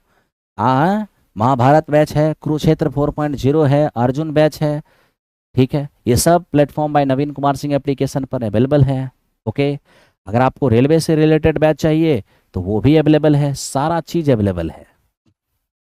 कंफ्यूजन में काहे हो? अब मेरे दोस्त देखो ये क्या है, कह रहे निम्नांकित संयुक्त आकृति का क्षेत्रफल ज्ञात करें। अब देखो इसका क्षेत्रफल निकालना है। अब इस आकृति में मुझे दो चीज दिख रहा है, समझो इसको। अब देखो ये क्या है, अगर इसकी एरिया हम फाइंड करने जाएंगे तो क्या होगा, एक आयत है और एक समकोण त्रिभुज है। ठीक है, अब आयत का क्षेत्रफल अगर निकालेंगे तो लंबाई और गुने चौड़ाई 19 और गुने 6। ठीक है, और ये त्रिभुज का एरिया निकालने जाएंगे तो 1/2 समकोण त्रिभुज का एरिया आधार और गुने ऊंचाई, ये हो जाएगा हमारा 21। ठीक है, और ये हो गया 114। 114 हो गया आयत का एरिया और त्रिभुज का एरिया हो गया 21, यानी कि 135 इस क्वेश्चन का आंसर हो जाएगा। 135। ठीक है, 135। चलो मेरे दोस्त ध्यान दो, देखो इस क्वेश्चन में क्या लिखा हुआ है। ये कहता है कि प्रजा ने अपने जन्मदिन पर पार्टी में 7:6 के अनुपात में पुरुष और महिला को आमंत्रित किया। यदि पार्टी में आने वाले पुरुषों की संख्या 56 है तो पार्टी में शामिल होने वाले मेहमानों की कुल संख्या क्या होगा? ये तो बहुत आसान है। ये मेरे दोस्त देखो मेल है और फीमेल है, मेल और फीमेल का रेशियो 7:6 है। ठीक है, हमें ये कहा गया कि जो मेल है ना उसकी संख्या है मेरे दोस्त 56। अब देख लो मेरे दोस्त 8 गुना है, तो आप इधर भी 8 गुना कर दो, हो जाएगा 48। दोनों को ऐड कर दोगे 104। ये तो बहुत सिंपल है, इसमें तो कोई जान नहीं था, इसमें तो आराम से तूने कर लिया होगा भाई, आराम से सभी लोगों ने किया होगा। अब आओ इसको कर लेते हैं। अब देखो ये हमें कह रहा है कि किस प्रकार की त्रिभुज है। अब त्रिभुज की भुजा का अनुपात जो है वो 3:4:5। अब त्रिभुज की भुजा का अनुपात 3:4:5 है, तो मेरे दोस्त ये तो हमें दिख रहा है 3 का स्क्वायर प्लस 4 का स्क्वायर बराबर 5 का स्क्वायर, यानी ट्रिपलेट। अब जैसे ही ट्रिपलेट दिख रहा है इसका मतलब ये समकोण त्रिभुज है। जैसे दिख रहा है ट्रिपलेट ये समकोण त्रिभुज है। ठीक है ना?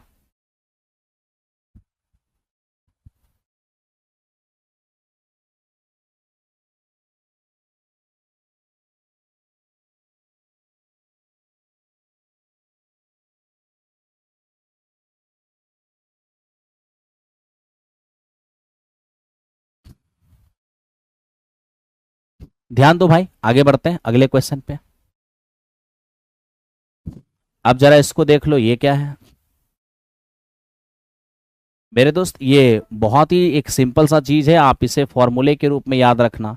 कैलकुलेशन के रूप में याद रख पाना तो बहुत आसान होगा नहीं, काफी टफ हो जाएगा और मूड का दही हो जाएगा ऐसे ही। तो आप इसे फॉर्मूले के रूप में ही ध्यान रखना। साइन a/2 जो है ना, साइन a/2 ये आपका s माइनस बी और s माइनस सी और बाय में बी सी, ठीक है। साइन ए बाई टू बराबर root under s minus b s minus c और बाय बी सी, यानी इस क्वेश्चन का आंसर हमारा ऑप्शन नंबर बी हो जाएगा, ठीक है भाई। तो इसको फॉर्मूले के रूप में ही याद रखना, इसे आप कैलकुलेशन के रूप में याद नहीं रख सकते हो, काफी लंबा हो जाएगा और दिमाग की दही हो जाएगा।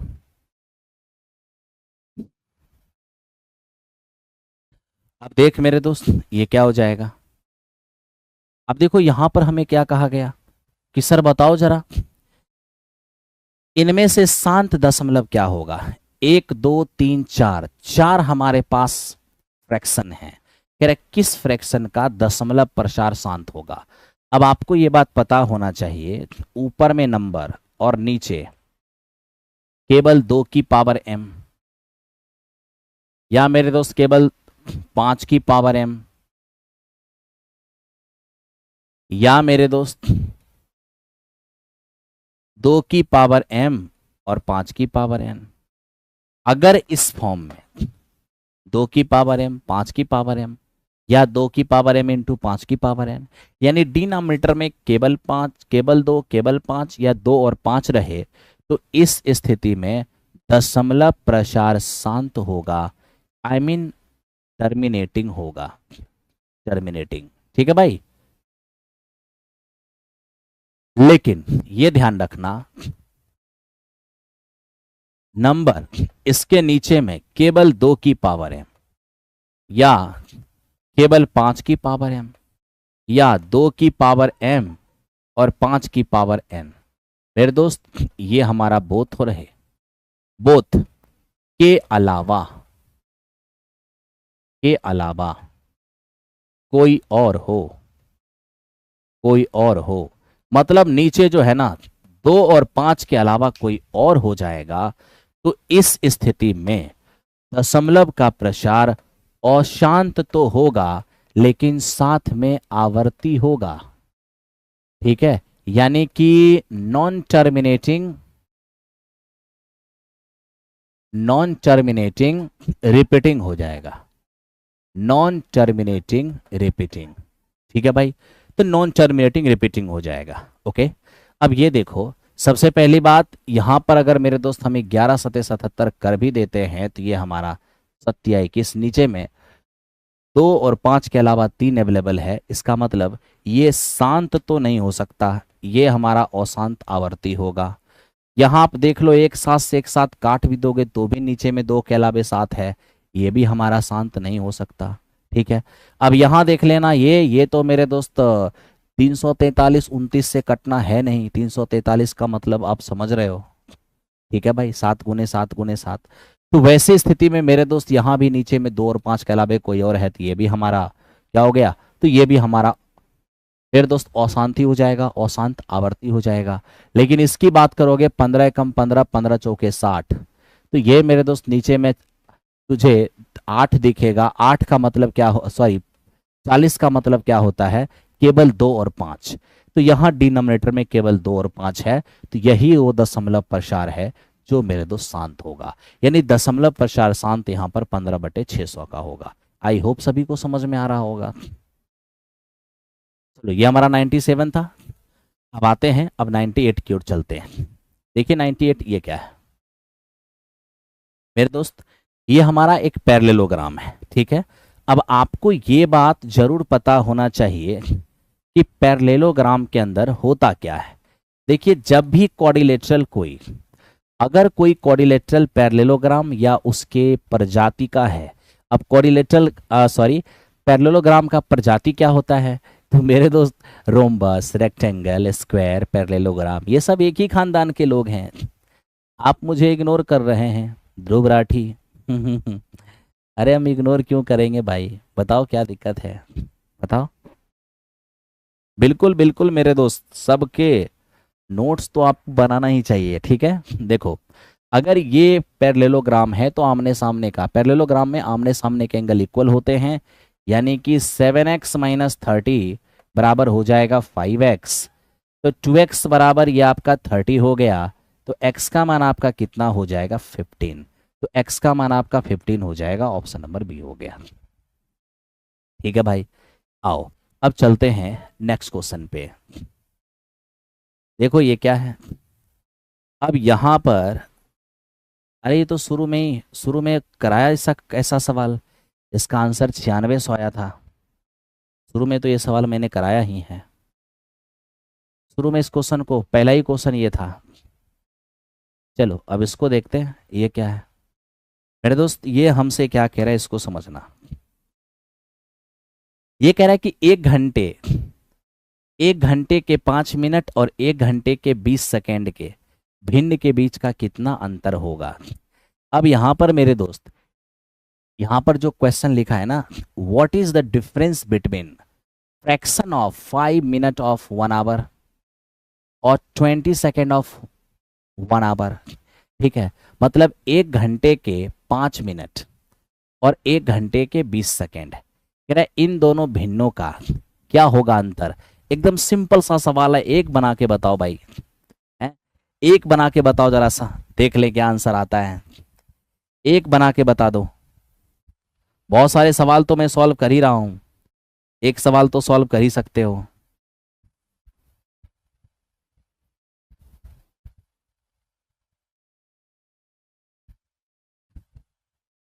क्या कह रहे हो धुबराठी, आपका क्लास लेना है? कौन सा क्लास लेना है भाई? बैच का नाम तो बताओ। ठीक है सर, स्पीड प्लीज 12 o'clock। हाँ ठीक है। अब क्वेश्चन ही कहाँ, थोड़ा ही क्वेश्चन बचा है। देखो 5 मिनट का 1 घंटे के साथ और मेरे दोस्त 20 सेकेंड का 1 घंटे के साथ फ्रैक्शन बनाइए और फ्रैक्शन का डिफरेंस देखिए। आप अगर देख सकते हो यहाँ पर, ये 5 मिनट है और मेरे दोस्त 1 घंटे का मतलब 60 मिनट होता है, और ये 20 सेकेंड को आप 60 से भाग दे दो। 20 सेकेंड को जैसे ही 60 से भाग दे दिया ना, ये हो गया मिनट में, और नीचे 1 मिनट का मतलब, सॉरी 1 घंटा का मतलब 60 मिनट तो होता ही होता है। अब आप यहाँ देख सकते हो मेरे दोस्त, ये मिनट से मिनट आपका कैंसिल आउट हो गया। ठीक है, अब यहाँ मिनट से मिनट भी कैंसिल आउट हो गया, ये 20 या 60 हो जाएगा। तो आप यहाँ पर देख लो, ये 5 बटे आपको 60 नजर आएंगे, और यहाँ पर आपको ऊपर में 1/180 नजर आएंगे। तो एक काम कर लो ना भाई, यहाँ भी नीचे में 180 बना लो। ठीक है, और डिफरेंस ले लो। अब आप बताओ, 15/180 में 1/180 जाएगा तो 14/180 आएगा, और 14/180 का मतलब क्या हो जाएगा, 7/90 ही तो होंगे, और 90 का मतलब क्या होता है, 9/10। तो एक काम करो, नीचे में 9 रहने दो, 10 से भाग दे दो, 0.7 हो जाएगा। यानी मेरे दोस्त यहाँ पर हमारा जो आंसर होना है वो 0.7/9।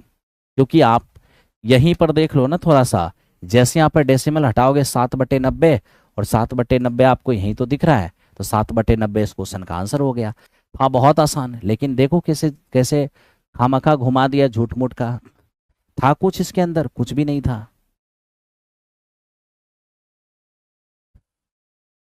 अब इस क्वेश्चन पे आ जाओ और देखो ये क्या है मेरे दोस्त, बहुत आसान है, आपको कोई दिक्कत नहीं होना है, आप आराम से कर लोगे। देखो ये क्वेश्चन कह रहा है कि A B C D E और एफ का माध्य है 36, बी डी और एफ का माध्य है 28, ए सी ई का माध्य क्या होगा। अब आप देख लो, A B C D E और एफ, 6 संख्या का माध्य अगर 36 है, योगफल 216 हो जाएगा। इसमें B D F, B D और एफ, इन तीनों का माध्य है 28, 28 है 3 संख्या का माध्य, तो योगफल हो जाएगा 84। तो फिर हमारे पास ए सी और ई कितना बचेगा, तो 216 में से 84 को हटा दो, ये 2 होंगे, 21 में 8 चला गया, तो मेरे दोस्त ये 13 होंगे। तो अब आप ही बताओ, ये 3 संख्या का योगफल 13 है, तो बताइए इस 3 संख्या का माध्य क्या होगा। तो इस तीनों का माध्य निकालेंगे तो आपको 44 नजर आएगा। इस क्वेश्चन का आंसर ऑप्शन नंबर 44 आ गया, ऑप्शन नंबर सी 44 आ गया। ठीक है, आइए बढ़िए। अब केवल और केवल 10 क्वेश्चन बचे हैं जो बहुत सिंपल सिंपल हैं। आइए हम लोग काम करें, तुरंत उड़ा दे 5 मिनट में। ठीक है, बाह्य बिंदु P से देखिए, एक बाह्य बिंदु, कहीं पर एक बाह्य बिंदु P है और मेरे दोस्त इससे सर्कल पर स्पर्श रेखा खींची गई है, बाह्य बिंदु P से स्पर्श रेखा खींची गई है, ठीक है। और आप ये देखिएगा कि ये हमारे पास एक सेंटर है O, ठीक है। और हमें ये कह रहा है कि PAB है 55। ये देखिए, ये A है मेरे दोस्त, ये हमारा B है, ठीक है। अगर हम इसको मिला दें, इससे इसको और इससे इसको मिला दें, एकदम ध्यान से देखिए, ये क्या कह रहा है, PAB यानी इसको अगर मिला दिया जाए तो PAB यानी ये आपको दिया हुआ है 70, ठीक है। तो मेरे दोस्त 70 नहीं है, 55 है, ये हमारा 55 है। आपको पता है वो 55 होगा ना, तो मेरा ये भी 55 ही होगा। क्यों? बाह्य बिंदु से वृत्त पर खींचे गए स्पर्श रेखा एक समान होती है, ठीक है। और किसी त्रिभुज में जब दो भुजा बराबर तो सामने के कोण भी बराबर, ये 55 तो ये भी 55 हो जाएंगे। अब 55 55 110 हो जाएंगे, तो ये पक्का हमारा 70 हो जाएगा। हमें चाहिए AOB। आपको पता होना चाहिए कि ये वाली कोण और ये वाली कोण मिलकर 180 होता है, जिसमें ये 70 है तो ये पक्का 110 हो जाएगा। यानी इस क्वेश्चन का आंसर हमारा 110 हो जाएगा। कहीं से भी आपको कोई दिक्कत नहीं होना चाहिए, ठीक है। चलो अब आगे बढ़ते हैं मेरे दोस्त, इस पे आ जाओ और इसको देखो ये क्या लिखता है। देखो ये लिखता है कि एक बॉक्स में 6 सफ़ेद 2 काली और 3 लाल गेंद हैं। यह दृक्ष रूप से गेंद निकाला जाता है, इसके सफ़ेद नहीं होने की प्रोबेबिलिटी क्या होगा। अब देखो सफ़ेद नहीं होने की प्रोबेबिलिटी निकालना है तो एक में से सफ़ेद होने की प्रोबेबिलिटी घटा दो, एक में से सफ़ेद होने की प्रोबेबिलिटी घटा दो। ये रहा मेरा एक और माइनस। अगर सफ़ेद होने की बात करोगे तो इसी 6 में से होगा, ठीक है, इसी 6 में से कोई एक होगा है। लेकिन निकाले थे किस में से, 6 2 8 और 3 11, 11 में से। तो एक माइनस ये 6/11 जो आपका हो जाएगा 5/11। आई होप कि आपको इस क्वेश्चन को समझ में आया होगा। ऑप्शन नंबर 20 क्वेश्चन का आंसर हो गया, ठीक है। अब जरा इसको देख लो, ये क्या है मेरे दोस्त, ये हमें कहता है कि सर ये हमारे पास एक 2x-1 एक फैक्टर है इस पॉलिनोमियल का, ठीक है। तो आपको क्या करना है, फैक्टर को 0 के बराबर करके और x का मान निकाल लेना है। अब x का मान जैसे ही आप निकाले हैं, 2x की पावर 4 - 7x² प्लस x और प्लस k, 2x की पावर 4 - 7x³, ओहो 7x³ है मेरे दोस्त, 7x³, ठीक है, प्लस x प्लस k। जानते हो अगर अगर इस बहुपद के ये शून्यक हैं तो शून्यक का काम है 0 बना देना। तो लीजिए 2 गुने 1/2 की पावर 4 1/16 होगा, -7 गुने 1/2 का क्यूब 1/8 हो जाएगा, प्लस ये 1/2 प्लस के और बराबर हो जाएंगे 0। अब आप यहाँ देख लीजिए 1/8 है, -7/8 है। मैं चाहता हूँ कि 1/2 को भी आप नीचे 8 बना लो तो 4/8 हो जाएगा और प्लस के बराबर 0 हो जाएगा। तो के बराबर हो कितने जाएंगे, अब 4 1 5, यहाँ देखिए 4 1 5, 5/8 में 7/8 जाएगा 2/8, यानी कि आपका रिजल्ट आ जाएगा 1/4। तो इस क्वेश्चन का आंसर आपका हो जाएगा 1/4। बहुत ही सिंपल, आप 1/4 निकाल सकते हो, कहीं कोई दिक्कत नहीं है, ठीक है मेरे दोस्त। ये था हमारा 103 नंबर प्रश्न। आइए अब 104 नंबर क्वेश्चन पे आइए और देखिए 104 नंबर क्वेश्चन क्या है मेरे दोस्त। हमें ये कह रहा है कि सर यातायात की सिग्नल क्रमशः 48, 72 और 108 मिनट के अंतराल पे स्वतः बदलते हैं। यदि 8:20 पर पहली बार बदला हो, ठीक है, तो बताइए दूसरी बार ये किस समय बदलेगा। तो मेरे दोस्त देखिए, जितना जितना समय अंतराल पे स्वतः ये बदल रहा है, आप उस समय का एलसीएम लीजिए। एलसीएम लीजिएगा 432, सेकेंड है तो सेकेंड में आएगा, यानी कि 432 सेकेंड के बाद ये स्वतः बदलेगा, ठीक है भाई। आप इसे मिनट में बदल दीजिए, 60 से भाग दीजिएगा, 7 छके 42, यानी मेरे दोस्त 7 मिनट पूरा पूरा बच जाएगा 12 सेकेंड, ठीक है। तो मेरे दोस्त 7 मिनट 12 सेकेंड, तो 7 मिनट 12 सेकेंड के बाद तो आप ही बताइए 8:20 है ना, यहाँ बजा था और अब 7 मिनट 12 सेकेंड के बाद बजेगा। इसका मतलब ये हो गया कि 8:27 और 12 सेकेंड, इतना टाइम पर ये खुद से रिपीट होगा और पहली बार एक साथ बजेगा। कल जैसा मुस्कान नहीं दिख रहा है, मुस्कान तो आज भी है, बस देखने का आपका रुख बदल गया है। ठीक है, मुस्कान आज भी है और मेरे दोस्त आपका प्यार बना रहा तो आगे भी ऐसे ही मुस्कान बना हुआ रहेगा। ठीक है, चलिए एक सवाल जो भी आप देख पा रहे हो मेरे दोस्त, एक छोटा सा सवाल है ना, हल्का सा सवाल है। ठीक है, ये मैं आपको HW देता हूँ, आप लोग बना करके इस सवाल को जरूर मेरे दोस्त कमेंट में इसका आंसर लिखना। ठीक है, डेली मैं एक सवाल आपके लिए रखूंगा और कल जब शुरुआत होगी तो इसी सवाल से शुरुआत करूंगा। तो कमेंट बॉक्स के अंदर आप इसका जवाब जरूर लिख के देना। ठीक है, कमेंट बॉक्स में इसका जवाब जरूर देना। आओ मेरे दोस्त, बढ़ते हैं अगले क्वेश्चन पर। क्या है देख लो एक बार, यही सब ऑप्शन है, यही सब ऑप्शन है, कौन आंसर आएगा ये जरूर बताना। चलिए अब इस पर आते हैं और इसको समझते हैं ये क्या है। मेरे दोस्त ये हम देख पा रहे हैं एक समकोण त्रिभुज की भुजाएं ए बी और सी है जिसमें सी कर्ण है। हमें कह रहा है कि हमारा एक समकोण त्रिभुज है। ठीक है, और इस समकोण त्रिभुज में कर्ण हाइपोटेन्यूज क्या है भाई, सी है। तो अगर ए बी सी में सी अगर हाइपोटेन्यूज है तो कन्फर्म ये ए और ये बी होगा, चाहे यही ए यही बी होगा, क्योंकि सी को तो कह दिया गया कि सी कर्ण है, इसका मतलब लंब आधार ए बी है। हमें कहा इसके अंदर एक सर्कल है जिसकी रेडियस है छोटी आर। पता ही छोटी आर का मान क्या होगा। तो मेरे दोस्त समकोण त्रिभुज में अंतःवृत्त की त्रिज्या जो होती है वो लंब प्लस आधार माइनस कर्ण बटा 2 होती है। ठीक है, और परिवृत्त की त्रिज्या जो होती है वो सीधे सीधे ऐसे याद रखना कर्ण बटा 2 होता है। अंतःवृत्त की त्रिज्या लंब प्लस आधार माइनस कर्ण बटे 2 होता है और मेरे दोस्त परिवृत्त की त्रिज्या कर्ण बटे 2 होता है। इतनी रात को पढ़ाते हैं तो बच्चे सो भी जाते हैं, कोई बात नहीं, सो जाने दीजिए। अरे जो जगेगा, जो जगेगा सो पाएगा, जो सोएगा सो खोएगा। अब देखो मेरे दोस्त, पता नहीं ये क्वेश्चन इतनी बार रिपीट क्यों कर दिया गया है। ठीक है, ये हमारा 1 नंबर क्वेश्चन है, ये तो मैं बता ही चुका हूं। अब इसको देखो मेरे दोस्त, ये क्या है हमारा। अब इस क्वेश्चन में स्पष्ट लिखा है कि सर ए बी और बी सी 2:1 है। एम जो है वो मिड पॉइंट है। ए एम डी और बी एम सी, ये मेरे दोस्त ए और बी को सेंटर मानकर 2 क्वाड्रांट खींचे गए हैं शेडेड जोन का। ठीक है, छायांकित भाग के क्षेत्रफल का अनुपात क्या होगा। तो छायांकित भाग का क्षेत्रफल और मेरे दोस्त पूरे क्षेत्रफल का अनुपात आपसे मांगा गया है। चलिए देख लेते हैं। शेडेड जोन का पार्ट पूछ रहा है हमें, पार्ट ऑफ शेडेड जोन। तो पार्ट ऑफ शेडेड जोन का मतलब शेडेड जोन अपॉन टोटल, है ना, टोटल फिगर।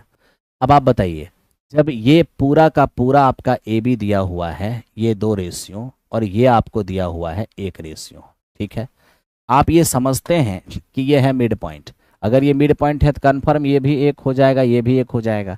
इसका मतलब ये है कि ए को सेंटर मान करके और बी को सेंटर मान के 2 क्वाड्रांट जो खींचे हैं वो दोनों का रेडियस कितना हो जाएगा जी, रेडियस तो 1 हो जाएगा। कहोगे हाँ जी सर।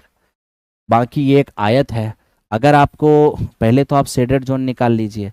अगर आपको शेडेड जोन का एरिया चाहिए तो उसके लिए पहले आयत का क्षेत्रफल लंबाई गुने चौड़ाई, उसमें से आपको घटाना होगा क्या, 2 क्वार्टर सर्कल, क्वार्टर सर्कल 2, तो कोई बात नहीं, 2 गुने क्वार्टर सर्कल का एरिया होता है 1/4 पाई आर स्क्वायर। पाई आर है 1, 1 का स्क्वायर तो 1 ही हो जाएगा है। अब यहाँ से हो गया 2 और माइनस 4 से ये हो जाएंगे 11/7। फाइनली देखा जाएगा तो 14, यानी कि 3/7। तो मेरे दोस्त अगर हम ये देखें शेडेड जोन का एरिया, तो बिल्कुल हमें ये दिख रहा है शेडेड जोन का एरिया। ठीक है, तो शेडेड जोन का एरिया हमारा 3/7 है। शेडेड जोन का एरिया हमारा 3/7 है। सर आप पढ़ा नहीं पाते हो, मजा नहीं आ रहा। ओहो, आ गए, बढ़िया, वेरी गुड। मैं नहीं पढ़ा पाता तो तू कहीं और चला जा भाई क्यों परेशान है ना। हम जानते हैं तू कभी कभी आ जाता है, कोई बात नहीं। मैं पढ़ा पाता हूँ नहीं पाता हूँ, इससे तुझे क्या फर्क पड़ता है मजा नहीं आ रहा है तो कहीं और चला जा। देखो दोस्त, ये देखो यहाँ पर x tends to real number. अब देखिए ये x tends to real number है, ये हमारे पास 4x² माइनस 12x प्लस 11 का मिनिमम मांग रहा है ना, मिनिमम वैल्यूज। एक बात याद रखना, x square plus B x plus सी बराबर 0, अगर ये क्वाड्रेटिक इक्वेशन है, ठीक है, तो ध्यान रखना एक्स के जिस मान के लिए, एक्स के जिस मान के लिए कोई क्वाड्रेटिक इक्वेशन, कोई क्वाड्रेटिक इक्वेशन, ठीक है, एक्स के किस मान के लिए कोई क्वाड्रेटिक इक्वेशन मैक्सिमम होगा या मिनिमम होगा, एक्स का वो मान कुछ और नहीं -b/2a होगा। ठीक है भाई, तो आप सबसे पहले क्या कर लो, ये x के जिस मान के लिए मिनिमम होगा x का वो मान निकाल लो। तो x का वो मान कैसे निकलेगा, -b/2a। तो देखो माइनस और b है आपका -12 और बाय में 2a, a है आपका 4, ये हो जाएगा 12/8 यानी कि 3/2। तो मेरे दोस्त यहां से x का मान आ गया 3/2। तो अब आप देख पा रहे हो यहां पर x का मान 3/2 हो गया। तो मेरे दोस्त ये जो हमारे पास x का मान 3/2 हुआ ना, इसका मतलब यह है कि x का मान 3/2 के लिए वो जो समीकरण है वो आपका मिनिमम होगा। तो आओ जरा सा मिनिमम कर लेते हैं, यानी x का वही मान इसमें बैठा दो, ये हो जाएंगे हमारा 9/4 -12 गुने ये 3/2 और प्लस में 11, तो यहाँ से आपका हो जाएगा 9 और यहाँ से हो जाएगा 6×3 = 18 प्लस 11, 20 में से 18 जाएगा 2, तो इस क्वेश्चन का आंसर हो गया। तो मेरे दोस्त ये ध्यान रखना कि 2 इस क्वेश्चन का आंसर हो जाएगा, कहीं से आपको कोई परेशानी नहीं होगा। 2 2 2 2 इस क्वेश्चन का आंसर होगा।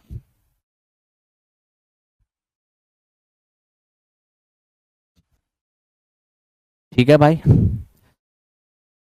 अब देख लो थोड़ा सा, एक बात और बता देता हूं, ax² plus B x plus सी बराबर 0 में ध्यान रखना, अगर a का मान 0 से छोटा है तो ये स्वतः मैक्सिमम होगा, और a का मान अगर 0 से बड़ा है तो ये स्वतः मिनिमम होगा। यानी a जो है अगर वो नेगेटिव है तो मैक्सिमम होगा, और इस a का मान अगर पॉजिटिव है तो मिनिमम होगा।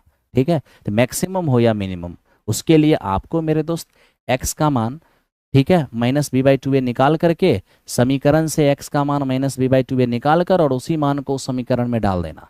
मैक्सिमम होने का होगा तो मैक्सिमम हो जाएगा, मिनिमम होने का होगा तो मिनिमम हो जाएगा। ठीक है, चलिए आगे बढ़ते हैं और अगले क्वेश्चन को देखते हैं। ठीक है,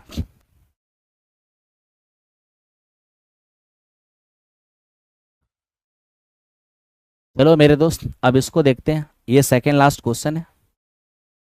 भाई लोग को कुछ जानकारी चाहिए था क्या, एस्टेट फेज 2 का बैच कब तक आएगा प्लीज़ बताइए, आप यूट्यूब पर करवाएंगे। अरे एस्टेट का बैच आएगा मेरे दोस्त, एस्टेट का बैच जल्दी आ जाएगा, कुछ ही दिन में एस्टेट का बैच आ जाएगा। ठीक है, अब देखो हमें कह रहे हैं वह अनुपात ज्ञात करें जिसके लिए बिंदु -1,6 दो बिंदु इतना और इतना को किस अनुपात में बांचेगा। ठीक है, अब ये देखिए हमारा जो x1 y1 है ना मेरे दोस्त, x1 यहाँ देखना मेरे दोस्त, x1 y1 ये जो हमारा एक पॉइंट है ना, ये हमारा मेरे दोस्त -3,10 है, और एक पॉइंट हमारा है x2, y2, ये पॉइंट कितना है मेरे दोस्त, ये हमारा 6, -8 है। मैं आपसे बस एक ही चीज कहना चाहता हूँ, कहोगे वो क्या, -1,6 इसे किस रेशियो में बांटेगा जानते हो, ये जो है ना तुम्हारा सेक्शन पॉइंट है, ये तुम्हारा सेक्शन पॉइंट है -1,6। सेक्शन पॉइंट का कोई भी एक लेके चल लो, एक्स ही लेके चल लो, सेक्शन पॉइंट का एक्स होता है mx2 + nx1 और बाय m+n, हम अपना मन से अंत विभाजन मान लिए हैं, क्या ही दिक्कत है। तो सेक्शन पॉइंट का x देखोगे -1 है, m तो मालूम नहीं, रही बात x2 की, x2 हमारे पास 6 है, n हमें मालूम नहीं, x1 हमारे पास -3 है, और बाई ये हमारे पास m+n हो जाएगा। इसका गुना इधर करेंगे -m और ये -n, ये हो जाएगा 6m और -3n। अब देखिए -3n इस पर आके हो जाएगा हमारा +2n हो जाएगा, ये उस पर जाके 7m हो जाएगा। फाइनली m/n करने जाएंगे ना, 2/7 हो जाएंगे, 2/7, यही इस क्वेश्चन का आंसर होगा, 2/7, 2/7, 2/7। ठीक है, रेलवे का यूट्यूब पर क्वेश्चन आ रहा है मेरे दोस्त। 9 बजे से मैं रेलवे के लिए ही लाइव रहता हूँ। 9 बजे से रेलवे का क्लास मेरा चलता है और 10:30 बजे से टीचर के लिए चलता है।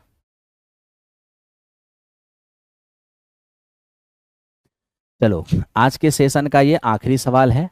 आज के सेशन का अंतिम सवाल कराते हैं और आज का सेशन यहीं पे समाप्त हो जाएगा। क्या है? किसी स्कूल में विद्यार्थियों की उनके समग्र शैक्षणिक प्रदर्शन के लिए 7 नगद पुरस्कार देने के लिए 700 रुपए की राशि रखी गई। यदि प्रत्येक पुरस्कार अपने से ठीक पहले वाले पुरस्कार से 20 रुपए कम की हो तो अंतिम पुरस्कार कितने की होगी? आप बताओ। पहले पुरस्कार को एक्स मान लो, अगला इससे 20 रुपए कम के होंगे, अगला इससे फिर 20 कम के हो जाएंगे, है ना? यानी कि आपका 40 का हो जाएगा। इसी तरह से मेरे दोस्त घटते घटते घटते, ठीक है, पहला पुरस्कार x रुपए की है, उसके बाद 20 घटेगा, फिर 20 घटेगा, ठीक है। इस तरह से मेरे दोस्त कितने टोटल 7 प्राइज हैं और 7 प्राइज कुल मिला के कितना, 7 प्राइज का कुल मिलाकर 700 रुपये कॉस्ट है। यानी कि सातों पदों का योगफल जो है वो हमारा 700 है। हालांकि बहुत सिंपल है, लिख भी सकते हो। क्यों एपी का हेल्प लेना, इतना छोटा सा टर्म है तो एपी का हेल्प मत ही लो। क्या एपी का हेल्प लेंगे, है ना? बिना एपी का ही बना लो मेरे दोस्त, बिना एपी का ही बना लो, मत इतना टेंशन लो। पहला प्राइस एक्स, इसके बाद 20 कमेगा, फिर 20 कम जाएगा, फिर 20 कम जाएगा, फिर 20 कम जाएगा, फिर 20 कम जाएगा और फिर 20 कम जाएगा। देख लो, 7 प्राइस तो हो ही गया, 3 और 4 7 तो हो ही गया। जोड़ लो 7x और माइनस 100, 220, 300, 300, 400, 420 और बराबर यही है 700 रुपये कुल मिला के। तो मेरे दोस्त 7x बराबर, ये जाके जुड़ जाएंगे, 7 4 11, यहाँ से x बराबर कितना आ जाएगा 160। तो मेरे दोस्त यहाँ से 160 हो गया x का मान। मुझे चाहिए क्या, सबसे अंतिम प्राइस। अंतिम प्राइस जो है मेरा वो x माइनस 120 है, 160 माइनस 120 जो होगा वो 40 हो जाएगा। तो इस क्वेश्चन का आंसर 40 हो जाएगा, ठीक है। तो मेरे दोस्त अर्जुन बैच का बहुत इंतजार किए, आज का अर्जुन बैच का क्लास बहुत इंतजार किए मेरे दोस्त। आज तो सारी क्लासेज बंद थी, पहले से इन्फॉर्मेशन था, ठीक है। तो चलिए, हम कल हमारी फिर से मुलाकात होगी। फिर वही बात कहूंगा मेरे दोस्त कि आपके लिए मैं 1.5-2 घंटे निकाल सकता हूं, तो तुम मेरे लिए भाई, आप सभी लोग में हमारे लिए 10-15 सेकेंड तो निकाल ही सकते हो। तो 10-15 सेकेंड निकाल करके आप अपना ओपिनियन जरूर यूट्यूब चैनल पर लिखो। अगर आपको हमारा पढ़ाई अच्छा लगता है, आपको लगता है कि ये बंदा हमारा बेड़ा पार कर सकता है, हजारों का बेड़ा पार किया भी है, तो आप अगर हमारे साथ जुड़ना चाहें तो platform my Naveen Kumar Singh application पर जा करके आप अगर कॉन्सेप्ट के साथ क्लास करना चाहते हैं टीआरई का तो महाभारत बैच ज्वाइन कर लें, और यदि आप सिर्फ क्वेश्चन प्रैक्टिस करना चाहते हैं टॉपिक वाइज तो आप अर्जुन बैच ज्वाइन कर सकते हैं, ठीक है। बाकी कोई ज़बरदस्ती नहीं है। तैयारी की परफेक्शन के लिए एक अच्छा गाइडलाइन ज़रूरी होता है, ठीक है। चलिए, थैंक यू वेरी मच। मुलाकात होगी कल फिर से सेट नंबर 3 के साथ। अभी कोई भी कमेंट लिखोगे तो ये कमेंट बाद में नहीं रहेगा, इसलिए आप लोग अभी कमेंट नहीं लिखना, लाइव बंद करने के बाद कमेंट लिखना 15 सेकेंड निकाल कर सभी लोग, ठीक है। चलो, थैंक यू वेरी मच।